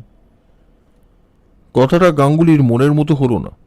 মাথা নেড়ে বললেন, না মশাই, ও পাপীদের কথা বিশ্বাস নেই। তারপর অতগুলো টাকা হাতিয়েও যুবরাজকে যদি ছেড়ে না দেয়? হেমন্ত বললে, তবু ওদের কথা মতোই কাজ করতে হবে। ইষ্টকময়ী কলিকাতা নগরীর কঠোর বুকের ভেতর থেকে একেবারে এসে পড়েছি নদীর কলসঙ্গীতে জীবন্ত প্রকৃতির কোলে। চিরদিন কাব্য চর্চা করি, তো এখানে এসে মনে হচ্ছে ফিরে এসেছি যেন স্বদেশে। এর মধ্যে বলবার মতো ঘটনা কিছুই ঘটেনি। যতক্ষণ কলকাতায় ছিলাম মহারাজা বাহাদুরের হাউতাজ বাণী বহন করে মিস্টার গাঙ্গুলি এসে আক্রমণ করেছেন এবং কালকের ও আজকের দুপুরের মধ্যে হেমন্তকে বাধ্য হয়ে রাজবাড়িতে ছুটতে হয়েছে 5 বার। মহারাজের কথা কিন্তু সেই একই, হয় 1,05,000 টাকার বিনিময়ে যুবরাজকে ফিরিয়ে আনার ব্যবস্থা করো, নয় অপরাধীকে গ্রেপ্তার করে যুবরাজকে উদ্ধার করো। 25,000 টাকার পুরস্কারের উপরেও আমি দেব আরও 25,000 টাকা। মাঝখানে পড়ে গাঙ্গুলি বেচারার অবস্থা যা হয়েছে তাকে দেখলে মুখ্য হয়। তিনি হচ্ছেন ফিটফাট ব্যক্তি। ইস্ত্রি করা পোশাকের প্রতিটি ভাঁজটি পর্যন্ত অটুট রেখে চলাফেরা ওঠা বসা করেন পরম সাবধানে, এবং জামার বোতাম ঘরে থাকে সর্বদা একটি করে টাটকা ফুল। কিন্তু ভীষণ অধীর মহারাজা বাহাদুরের ঘন ঘন হুমকি বা হুকুমের চোটে দিকবিদিক জ্ঞান হারার মতন দৌড়ঝাঁপ করে মিস্টার গাঙ্গুলির পোশাকের ইস্ত্রি হয়ে গেছে নষ্ট, এবং বোতামের ফুল গিয়ে কোথায় যে ছিটকে পড়েছে কে জানে। যতবারই দেখছি ততবারই তিনি হাঁপাচ্ছেন, এবং এই শীতেও রুমাল দিয়ে কপালের ঘাম মুছতে মুছতে বলছেন, পাগলা রাজার পাল্লায় পড়ে আত্মারাম বুঝি খাঁচা ছাড়া হয়। এই চাকরি আমার পোষাবে না মশাই, পোষাবে না। যাক, মহারাজার কবল থেকে মুক্তি লাভ করে আমরা যেন একটু হাঁপ ছেড়ে বেঁচেছি। তাকে কোনো খবর না দিয়েই সরে পড়েছি। কেবল মিস্টার গাঙ্গুলিকে চুপি চুপি বলে এসেছি সতীশবাবু ছুটি পেয়ে চেঞ্জে যাচ্ছেন, তার সঙ্গে আমরাও 2-4 দিনের জন্য হাওয়াটা একটু বদলে আসছি। গাঙ্গুলি অত্যন্ত দমে গিয়ে বললেন, হ্যাঁ, এই দুঃসময়ে একলা আমাকে মহারাজার খপ্পরে ফেলে আপনারা দেবেন পিত্তান? আমার অবস্থাটা কি হবে ভেবে দেখেছেন কি? আমাদের ভাবার দরকার নেই। জীবনের স্বধর্ম আত্মরক্ষা করা। আপনি আত্মরক্ষা করুন। আর দুর্জয় করার মামলা? মহারাজাকে বলুন টাকা দিয়ে যুবরাজকে ফিরিয়ে আনতে। আমরা 2-4 দিন পরেই এসে আসামিকে ধরবার চেষ্টা করব। গাঙ্গুলি গজগজ করতে করতে চলে গেলেন। আসামির কথা দিয়ে আমারটা মাথা ঘামাতে চান ঘামান, আমার আর সহ্য হচ্ছে না। এ চাকরি আমি ছেড়ে দেবো। বাপ রে বাপ। যথাসময়ে সদর বলে কলকাতার ধুলো ধুয়ো ধুমধারাক্কা পেছনে ফেলে শহর ছাড়া বিজন পথে এগিয়ে চললাম। রাত আধারে চুপি চুপি কালো জলে ভাসল আমাদের 2 নৌকো। এর মধ্যে উল্লেখযোগ্য কোনো ঘটনাই ঘটেনি। এমনকি আমরা যে কোনো অপ্রীতিকর ব্যক্তির দৃষ্টি আকর্ষণ করিনি, এ বিষয়ে কিছুমাত্র সন্দেহ নাস্তি। জনতার সাড়া নেই। তীরতরুর মর্মর ছন্দে তাল রেখে বনবাসী বাতাস শোনায় স্নিগ্ধ মাটির আর ঘন সবুজের গন্ধ মাখানো নতুন নতুন গান, এবং নদীর জলসায় জলে জলে দুলে দুলে ওঠে কুল হারানো গতিবিনার তান। কান পেতে শুনলে মনে হয় অনন্ত নীলাকাশও তার লুকিয়ে থাকা নীরব নীনার দ্বন্দ্বে জাগিয়ে তুলছে কল্পলোকের কোনো মৌন রাগিনীর আলাপ। পৃথিবীর ধুলোর ঠুলিতে যার কান কালা, হে অপূর্ব আলাপ সে শুনতে পায় না। তাই এর মর্ম বোঝে শুধু কবি আর শিশু, ফুলপরি আর পাপিয়া। দেখতে দেখতে শুনতে শুনতে অবশেষে জড়িয়ে এলো আমার চোখের পাতা। জামিরা নদী। এটা কি নদী না সমুদ্র? চেষ্টা করে দেখলে বহু দূরে চোখে পড়ে তীরের ক্ষীণ রেখা। কোনো কোনো দিকে তাও নেই। সেখানে অনন্ত আসন জুড়ে বসেছে অসীম শূন্যতা। জলে নেই মাটির রং। সমুদ্রের রঙের আবাসে জলবসন চুবিয়ে জামিরা চাইছে নতুন রঙে রঙিন হতে। জলিল উঠে দাঁড়িয়ে বললে, হুই হুই সেই দ্বীপ কর্তা, হুই সেই দ্বীপ। আমি শুধালাম, হ্যাঁ জলিল, ও দ্বীপের নাম কি? জানি না তো। জানো না? ও দ্বীপের নাম নেই। ঝোপ জঙ্গল, বড় বড় গাছ। দ্বীপের দিকে তাকালে আর কিছু দেখা যায় না। আর কিছু দেখবার আশাও আমরা করিনি। হেমন্ত বললে, ওখানে নৌকো লাগাবার ঘাট আছে? জলিল মাথা নেড়ে জানালে, না হুজুর। যারা তোমায় এখানে নিয়ে আসে তারা কোথায় নামে? জলিল আবার মাথা নাড়ে। অর্থাৎ তার কোনো নির্দিষ্ট ঠিকানা নেই। আমরা যেখানে খুশি নামবো? হ্যাঁ কর্তা। আমাদের নৌকো দুখানা দ্বীপের খুব কাছে এসে পড়ল। সতীশবাবু বললেন, দ্বীপটা কত বড় তাও তো বুঝতে পারছি না। ওই নিবিড় জঙ্গলের ভেতরে আসল জায়গাটা খুঁজে বার করতে কতক্ষণ সময় লাগবে কে জানে। পরে পরে দুখানা নৌকোই তীরে এসে লাগলো। প্রথম নৌকে ছিলাম আমরা 3 জন, অর্থাৎ আমি, হেমন্ত আর সতীশবাবু। অস্ত্রশস্ত্র, রসদ ও অন্যান্য সমস্ত মালি ঠাসা ছিল আমাদের নৌকোতেই। দ্বিতীয় নৌকো ছিল একজন ইন্সপেক্টর, একজন সাব ইন্সপেক্টর, একজন জমাদার ও 8 জন মিলিটারি পাহারাওয়ালা। তখন অপরাহ্নকাল, চারিদিকে সমুজ্জ্বল সূর্যকিরণ। পথের অভাবে খুব বেশি অসুবিধায় পড়তে হলো না। জঙ্গলের আশপাশ দিয়ে বেশ খানিকটা এগিয়ে পাওয়া গেল একটা মাঠ। লম্বায় চওড়ায় 1/2 মাইলের কম হবে না। চারিদিকেই তার উঁচু বনের প্রাচীর, কিন্তু মানুষের চিহ্ন কোথাও নেই। গাছপালায় বাতাসের নিঃশ্বাস আর বনে বনে পাখিদের ডাক ছাড়া একটা অমানসিক নিস্তব্ধতা সর্বত্র এমন একটা অজানা ভাবের সৃষ্টি করেছে যে এ দ্বীপ কখনো মানুষের কণ্ঠ শুনেছে বলে সন্দেহ হয় না। সতীশবাবু জমাদারকে ডেকে বললেন, সুজন সিং, যেখান দিয়ে যাচ্ছি ভালো করে চিনে রাখো। কারোর সঙ্গে দেখা না হলে ফিরতে হবে। আবার কারোর সঙ্গে দেখা হলেও অবস্থাগতিকে হয়তো প্রাণ হাতে করে পালাবার দরকার হবে। মাঠের মাঝ বরাবর এসেছি। হেমন্ত হঠাৎ বলে উঠল, আমাদের অদৃষ্ট সুপ্রসন্ন। চারিদিকে চোখ বুলিয়ে নিয়ে সতীশবাবু বললেন, কই, আমি তো কোথাও আসার ছিটফুটাও দেখতে পাচ্ছি না। হেমন্ত একদিকে হাত তুলে অঙ্গুলি নির্দেশ করে বললে, ওই দেখুন। কি? ধোয়া। অনেক দূরে অরণ্যের মাথায় কুণ্ডুলি পাকিয়ে পাকিয়ে খানিকটা ধোয়া ক্রমেই ওপর দিকে উঠে যাচ্ছে। দেখতে দেখতে সেখানে জেগে উঠল পুঞ্জ পুঞ্জ ঊর্ধ্বগামী ধুমো। হেমন্ত বললে, ধোয়ার জন্ম আগুনে, আর আগুনের জন্ম মানুষের হাতে। কিন্তু দাবানল জলে আপনি। ওটা কি মনে হচ্ছে দাবানলের না উনুনের ধোয়া? উনুনের। তবে এগিয়ে চলুন তাড়াতাড়ি। সকলেরই মুখ উত্তেজিত, কিন্তু কেউ কোনো কথা কইল না। নীরবে মাঠের বাকি অংশটা পার হয়ে গভীর এক অরণ্যের ছায়ায় গিয়ে দাঁড়ালাম। সতীশবাবু বললেন, আবার যে বোন এলো। হেমন্ত বললে, আসুক, বোন আমাদের বন্ধুর মতো লুকিয়ে রাখবে। আমি বললুম, এখানে বনের ভেতরে যে একটা স্বাভাবিক পথের মতো রয়েছে। হেমন্ত বললে, ভালোই হলো, ধোয়া দেখছি উত্তর পশ্চিমে, পথটাও গিয়েছে ওইদিকে। এগিয়ে চলো, এগিয়ে চলো। পথ দিয়ে এগোতে এগোতেই মানুষের স্মৃতিচিহ্ন পেলাম। এক জায়গায় পেলাম একটা আধপোড়া বিড়ি, মাঝে মাঝে শুকনো কাদায় মানুষের পায়ের ছাপ। বুঝলাম পথটা ব্যবহৃত হয়। মাইলখানেক অগ্রসর হওয়ার পর হেমন্ত বললে, সতীশবাবু, আর বোধহয় এইভাবে এগোনো নিরাপদ নয়। আপনারা এইখানে অপেক্ষা করুন, আমি ওই বড় গাছটা চড়ে চারিদিকটা একবার ভালো করে দেখি। সে গাছের তলায় গিয়ে জুতো খুলে ফেললে, তারপরে ওপরে উঠতে লাগলো। তখন সূর্য পশ্চিম আকাশের দিকে। আমরা যেখানে দাঁড়িয়ে আছি সেখানে ছায়া ঘন হয়ে উঠেছে। বেশ কাছ থেকেই শুনলাম কে যেন কাকে চেঁচিয়ে ডাকছে। একবার গম্ভীর গম্ভীর হারমারও শোনা গেল। খানিক পরে হেমন্ত গাছ থেকে নেমে এলো। বললুম, কি দেখলে হেমন্ত? যা দেখবার সব। একটা লম্বা একতলা বাড়ি, ঘর আছে বোধহয় খান ৫-৬। যন্ত্রিনেক লোককেও দেখলাম, বেশ লম্বা চওড়া। কারোর চেহারাই বাঙালি কুমোরের গড়া কার্তিকের মতন নয়। বাড়ির ভেতরে নিশ্চয়ই আরও লোক আছে। বাড়িখানা এখান থেকে কত দূরে? খুব কাছে। অন্তঃপর কি কর্তব্য? কিন্তু হেমন্তের সাড়া পাওয়া গেল না। সে নীরবে একবার বট গাছটার চারিপাশটা ঘুরে এলো, একবার বনের পথের দিকে তাকিয়ে দেখলে, তারপরে চুপ করে দাঁড়িয়ে দাঁড়িয়ে কি ভাবতে লাগলো। সে এমন গম্ভীর ভাব ধারণ করেছে যে আমরা কেউ তাকে আর ডাকতে ভরসা করলাম না। মিনিট ৫-৬ এইভাবেই কাটল।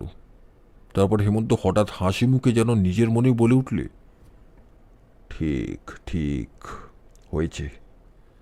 সতীশবাবু বললেন, কি হয়েছে হেমন্তবাবু? এতক্ষণ কি ভাবছিলেন? আক্রমণের প্ল্যান। প্ল্যান? হ্যাঁ, আমি ভেবে দেখছিলাম কোনো উপায় রক্তপাত না করেই হাজ হাসিল করা যায় কিনা।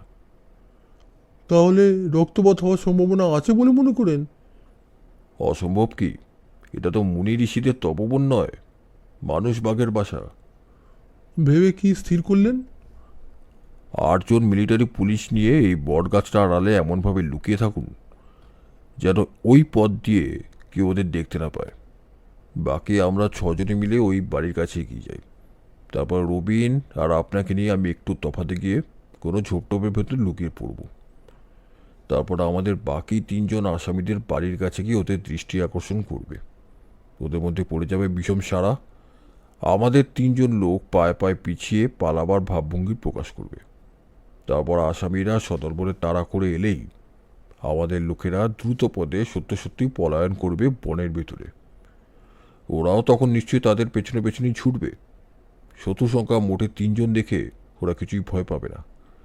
তারপর আমাদের 3 জন লোক ওই বটগাছটা পেরিয়ে অল্প কিছুটা অগ্রসর হই হঠাৎ দাঁড়িয়ে পড়ে সম্মুখ ফিরে বার করবে তাদের রিভলভার এবং তাদের একজন বাজাবে হুইসেল। সংকেত শুনে সেই মুহূর্তে 8 জন মিলিটারি পুলিশ বটগাছের আড়াল থেকে বেরিয়ে এসে দাঁড়াবে শত্রুদের পেছন দিকে। সামনে 3টি রিভলভার আর পেছনে 8টা বন্দুক। এ দেখেও তারা যদি আত্মসমর্পণ না করে তাহলে 2-1বার বন্দুক রিভলভার ছুড়লেই তাদের যুদ্ধের স্বাদ মিটতে দেরি লাগবে না। সতীশবাবু, প্ল্যানটা কি আপনার পছন্দ হচ্ছে? সতীশবাবু উচ্চজ স্বরে বললেন। পছন্দ হচ্ছে না আবার? এক্ষেত্রে এর চেয়ে নিরাপদ প্ল্যান কল্পনাও করা যায় না। এত তাড়াতাড়ি কী করে যে আপনি ফন্দি আবিষ্কার করেন আমি তো বাসায় বুঝতেই পারি না। ধন্যী মানুষ আপনি, জিনিয়াস।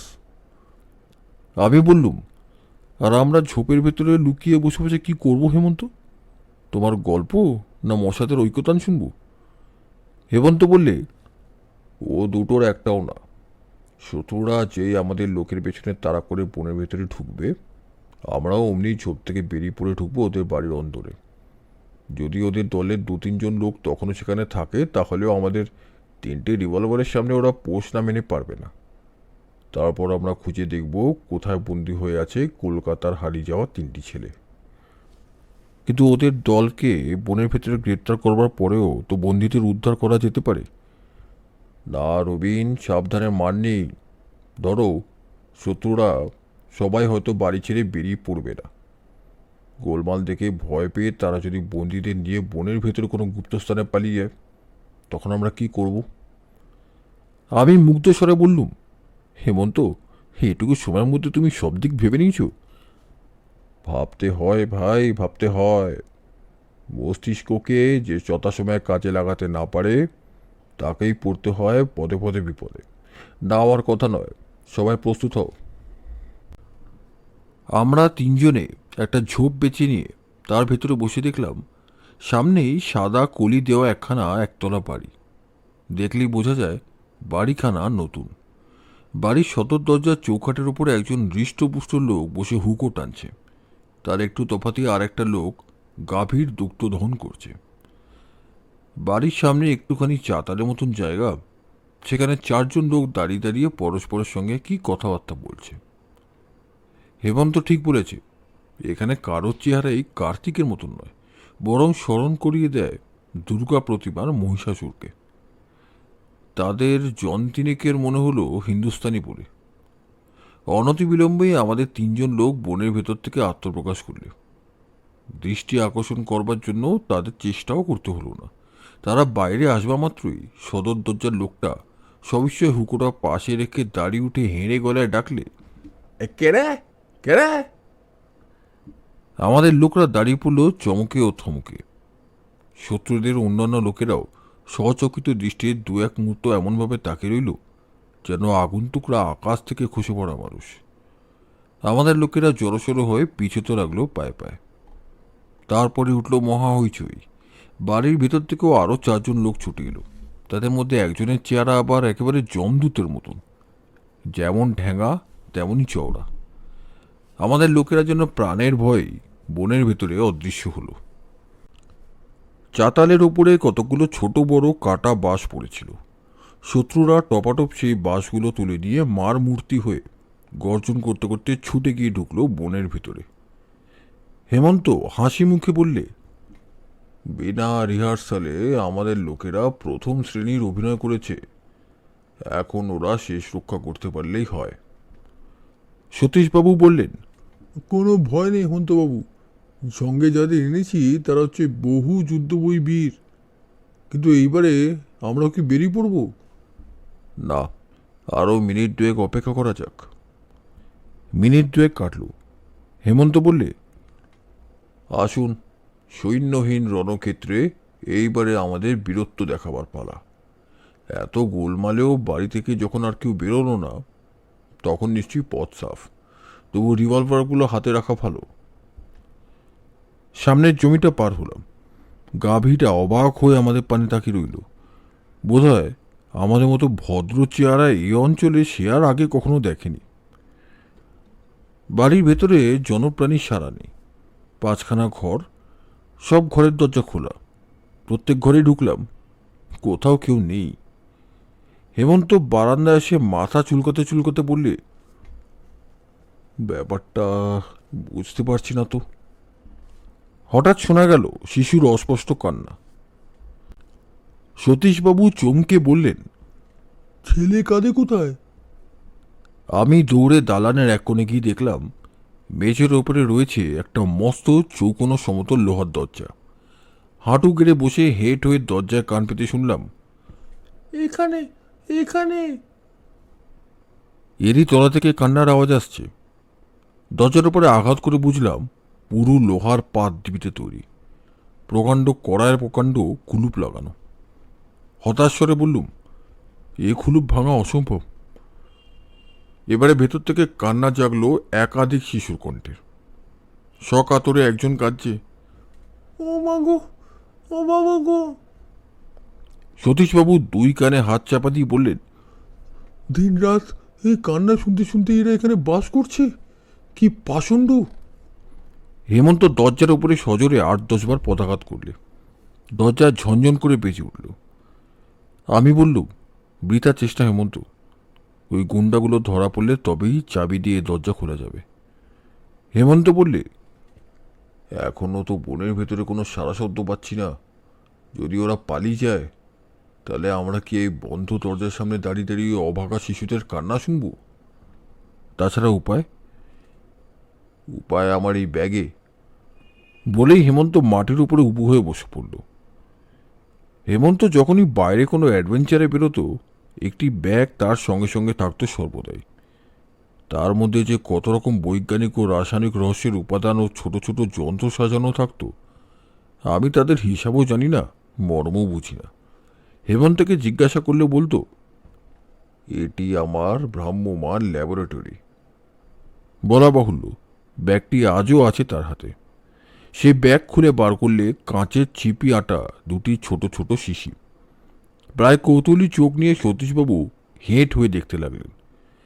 হেমন্ত অপেক্ষাকৃত বড় শিশিটার ছিপি খুলে লোহার দরজার একটা কড়ায় গোড়ায় খানিকটা লালচে রঙের চূর্ণ ঢেলে দিলে। তারপর অন্য শিশিটার ভেতর থেকে আর এক রকম চূর্ণ নিয়ে একটা চামচের ভেতরে রাখলে। ঠিক সেই সময় বনের ভেতর থেকে শোনা গেল পরপর 3টে বন্দুকের আওয়াজ।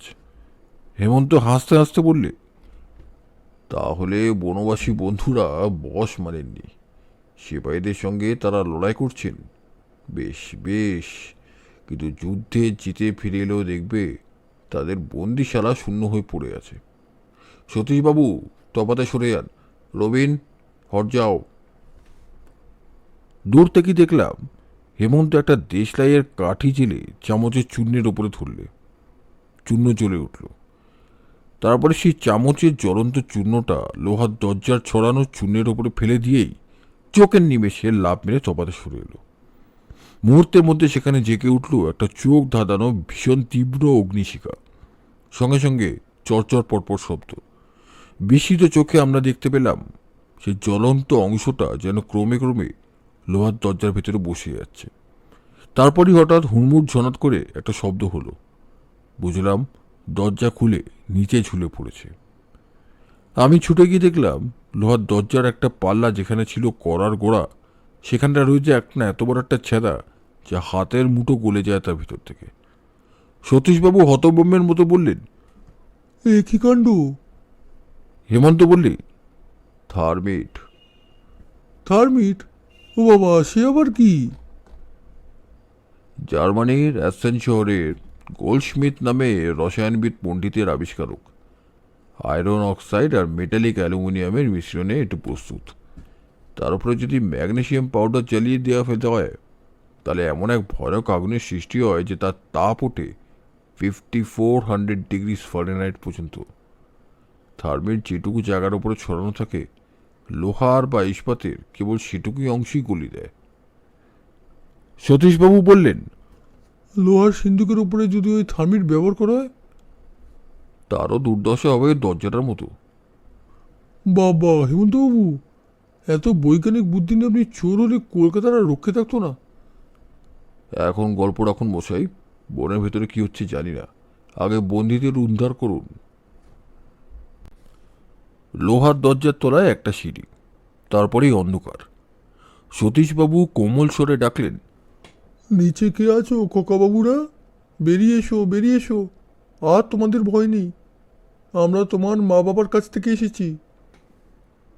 সিঁড়ির তলায় অন্ধকারের ভেতর থেকে উকি মারতে লাগলো তিনখানি শীর্ণ কাতর কচি মুখ, উদ্ভ্রান্ত তাদের চোখের দৃষ্টি।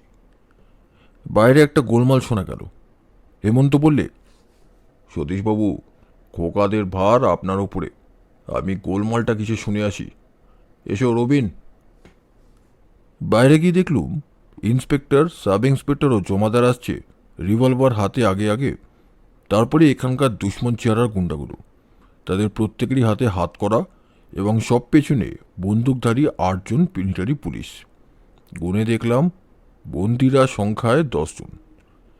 হেমন্ত আনন্দিত কণ্ঠে বলে উঠল, যাক, বন্দুকের শব্দ শুনে আমার দুশ্চিন্তা হয়েছিল। এখন বোঝা যাচ্ছে বন্দুক ছোড়া হয়েছে কেবল এদের ভয় দেখাবার জন্যে। বলেছে রবিন, বিনা রক্তপাতেই কেল্লা ফতে। চমৎকার। আমি বৈষ্ণবের ছেলে, রক্তপাত ভালোবাসি না। কলকাতায় এসেছি। ইন্সপেক্টরের সঙ্গে শ্যামলপুরের জমিদার পুত্র ও লৌহ ব্যবসায়ী পতিত পাবন নন্দীর পুত্রকে পাঠিয়ে দেওয়া হলো যথাস্থানে। সতীশবাবু দুর্জয়গড়ের যুবরাজকে নিয়ে প্রাসাদের সামনে গাড়িতে অপেক্ষা করতে লাগলেন। রঙ্গমঞ্চ প্রস্তুত করবার জন্য হেমন্তের সঙ্গে আমি ঢুকলাম রাজবাড়ির ভেতরে। আজকেই হচ্ছে মাসের 24 তারিখ। হেমন্ত কার্ড পাঠিয়ে দিলে 5 মিনিট যেতে না যেতেই ভৃত্য এসে আমাদের মহারাজা বাহাদুরের ড্রয়িং রুমে নিয়ে গেল। একখানা কৌচের ওপরে মহারাজা বাহাদুর 4-5টা কুশনে মাথা রেখে লম্বা হয়ে শুয়ে রয়েছেন। তার চোখের মুখলে গাঢ় কালির রেখা, মুখ যেন বিষণ্ণতার ছবি। কোচের পেছনে দাঁড়িয়ে আছেন মিস্টার গাঙ্গুলি। আমাদের দেখে মহারাজা ধীরে ধীরে উঠে বসলেন। তারপরে বিরক্ত মুখে বললেন, হেমন্তবাবু, আপনি কি আজ মজা দেখতে এসেছেন? হেমন্ত বললে, সে কি মহারাজ, আপনার দুঃখ শোক কি আমার পক্ষে কৌতুককর হতে পারে? তাছাড়া আর কি বলবো বলুন। শুনলাম আপনি আমার মামলা ছেড়ে দিয়ে গেছেন হাওয়া খেতে। এ কথা কে আপনাকে বললে?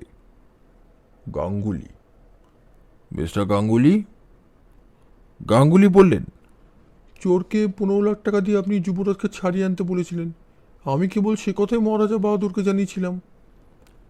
মহারাজা বললেন, ও কথা বলা আর মামলা ছেড়ে দেওয়া একই কথা। নিশ্চয়ই নয়। দীপ্ত চক্ষে মহারাজা বললেন, আমার সামনে এত বেশি চেঁচিয়ে জোরে কথা বলবেন না হেমন্তবাবু। আমার পদমর্যাদা ভুলে যাবেন না। পদমর্যাদা? পদসেবা জীবনে কখনো করিনি, কাজেই কারোর পদের মর্যাদা নিয়ে মাথা ঘামাইনি কখনো। হেমন্ত হাসতে হাসতে বললে, অত্যন্ত সহজভাবে। এরকম স্পষ্ট কথা শুনতে বোধহয় মহারাজা বাহাদুর অভ্যস্ত নন। তিনি বিপুল বিস্ময়ে হেমন্তের মুখের পানে স্থির চোখে তাকিয়ে রইলেন। গাঙ্গুলি তাড়াতাড়ি এগিয়ে এসে বললেন, হেমন্তবাবু, ওসব বাজে কথা যেতে দিন। মহারাজা বাহাদুরের মেজাজ আর ভালো নয়। ভুলে যাবেন না, আজ হচ্ছে মাসের 24 তারিখ। হেমন্ত বললে, আমি কিছুই ভুলিনি মিস্টার গাঙ্গুলি। আজ মাসের 24 তারিখ বলেই আমি এখানে এসেছি। মহারাজা ভুরু কুচকে বললেন, হ্যাঁ, মজা দেখতে আমার যাবে 15 লক্ষ টাকা জলে, আর আপনি দেখবেন দাঁড়িয়ে দাঁড়িয়ে মজা। আমি মজা দেখতে আসিনি মহারাজ, মজা দেখাতে এসেছি। এই কথার অর্থ? অর্থ হচ্ছে প্রথমত, আপনার 15 লক্ষ টাকা জলে পড়বে না, স্থলেই থাকবে, অর্থাৎ ব্যাংকে। অর্থটা আরো জটিল হয়ে উঠল, তাই নয় কি গাঙ্গুলি?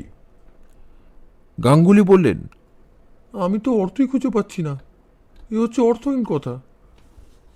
হেমন্ত হেসে বললে, আচ্ছা, সতীশবাবু এসেই ওর অর্থ বুঝিয়ে দেবেন। তিনি গাড়িতে বসে আছেন, ডেকে পাঠান। মহারাজা বললেন, যাও তো গাঙ্গুলি, সতীশবাবুকে এখানে নিয়ে এসো। গাঙ্গুলি ঘর থেকে বেরিয়ে গেলেন। হেমন্ত বললে, মহারাজ, প্রথমে আমি ভেবেছিলাম কলকাতায় নিজস্ব কোনো ছেলে ধরার দল যুবরাজকে চুরি করেছিল, কারণ আপনারা কলকাতায় আসবার আগেই চুরি গিয়েছিল আরও দুটি ছেলে। কিন্তু তারপরেই আমার ভ্রম বুঝেছি। এখন জানতে পেরেছি যে প্রধানত পুলিশের চোখে ধুলি নিক্ষেপ করবার জন্যই প্রথম ছেলে দুটি চুরি করা হয়েছিল, কিন্তু চোরের আসল উদ্দেশ্য ছিল দুর্জয়গড়ের যুবরাজকেই চুরি করা। মহারাজা ফ্যাল ফ্যাল করে হেমন্তের মুখের পানে তাকিয়ে বললেন, আপনার কোনো কথার মানেই আজ বোঝা যাচ্ছে না। ঠিক এই সময় ঘরের ভেতরে এসে দাঁড়ালো সতীশবাবুর সঙ্গে দুর্জয়গড়ের যুবরাজ। মহারাজা নিজের চোখকেই যেন বিশ্বাস করতে পারলেন না। হাঁ করে তাকিয়ে রইলেন স্তম্ভিত চোখকে। বাবা, বাবা বলে চেঁচিয়ে উঠে যুবরাজ ছুটে গিয়ে পিতার কোলের ভেতরে ঝাঁপিয়ে পড়ল। ছেলেকে দুই হাতে জড়িয়ে ধরে মহারাজা খানিকক্ষণ আচ্ছন্নের মতন হয়ে রইলেন। তার দুই চোখ ছাপিয়ে ঝরতে লাগলো আনন্দের অশ্রু। তারপর আত্মসংবরণ করে দুই হাতে ছেলের মুখ ধরে তিনি বললেন, খোকন, খোকন, এতদিন তুই কোথায় ছিলি বাছা? আমাকে ধরে রেখেছিল বাবা। কে? তাদের চিনি না তো। কে তোকে ফিরিয়ে এনেছে? যুবরাজ ফিরে আঙুল দিয়ে আমাদের দেখিয়ে দিলে। মহারাজা ব্যস্তভাবে দাঁড়িয়ে উঠে বললেন, হ্যাঁ, আপনারা আমার ছেলেকে বাঁচিয়েছেন। আপনারা, আপনাদের এখনই আমি পুরস্কার দেব, কল্পনাতীত পুরস্কার।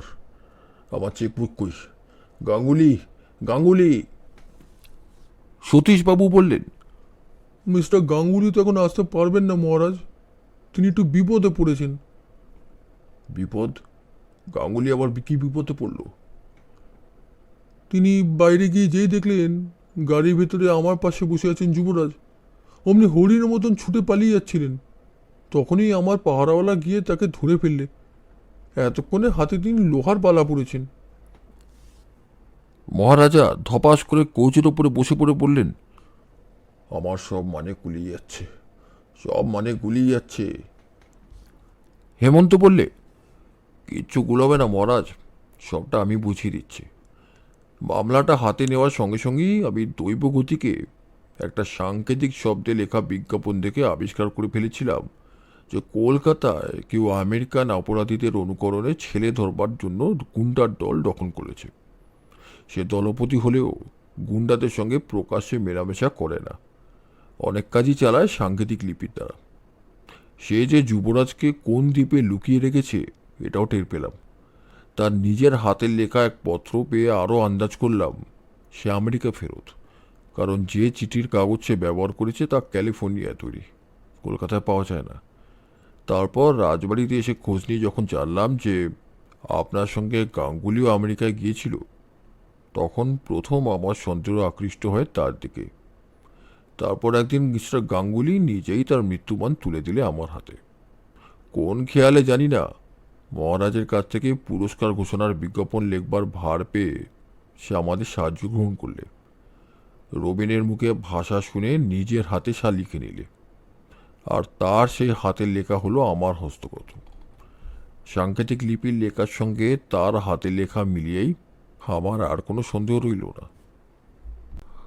মহারাজ অভিযোগ ভরা কণ্ঠে বললেন, সব রহস্য জেনেও আপনি তখনই ওই মহাপাপী সাধুর মুখোশ খুলে দেননি? দিনই তার কারণ আছে মহারাজ। অসময়ে গাঙ্গুলিকে গ্রেপ্তার না করবার তিনটে কারণ হচ্ছে, ওইটুকু প্রমাণ আমার পক্ষে যথেষ্ট হলেও আদালতের পক্ষে যথেষ্ট নয়। গুন্ডার দল তখনও ধরা পড়েনি। দলপতি গ্রেপ্তার হওয়ার খবর পেলে গুন্ডারা হয়তো প্রমাণ নষ্ট করবার জন্য যুবরাজকে হত্যা করতেও পারত।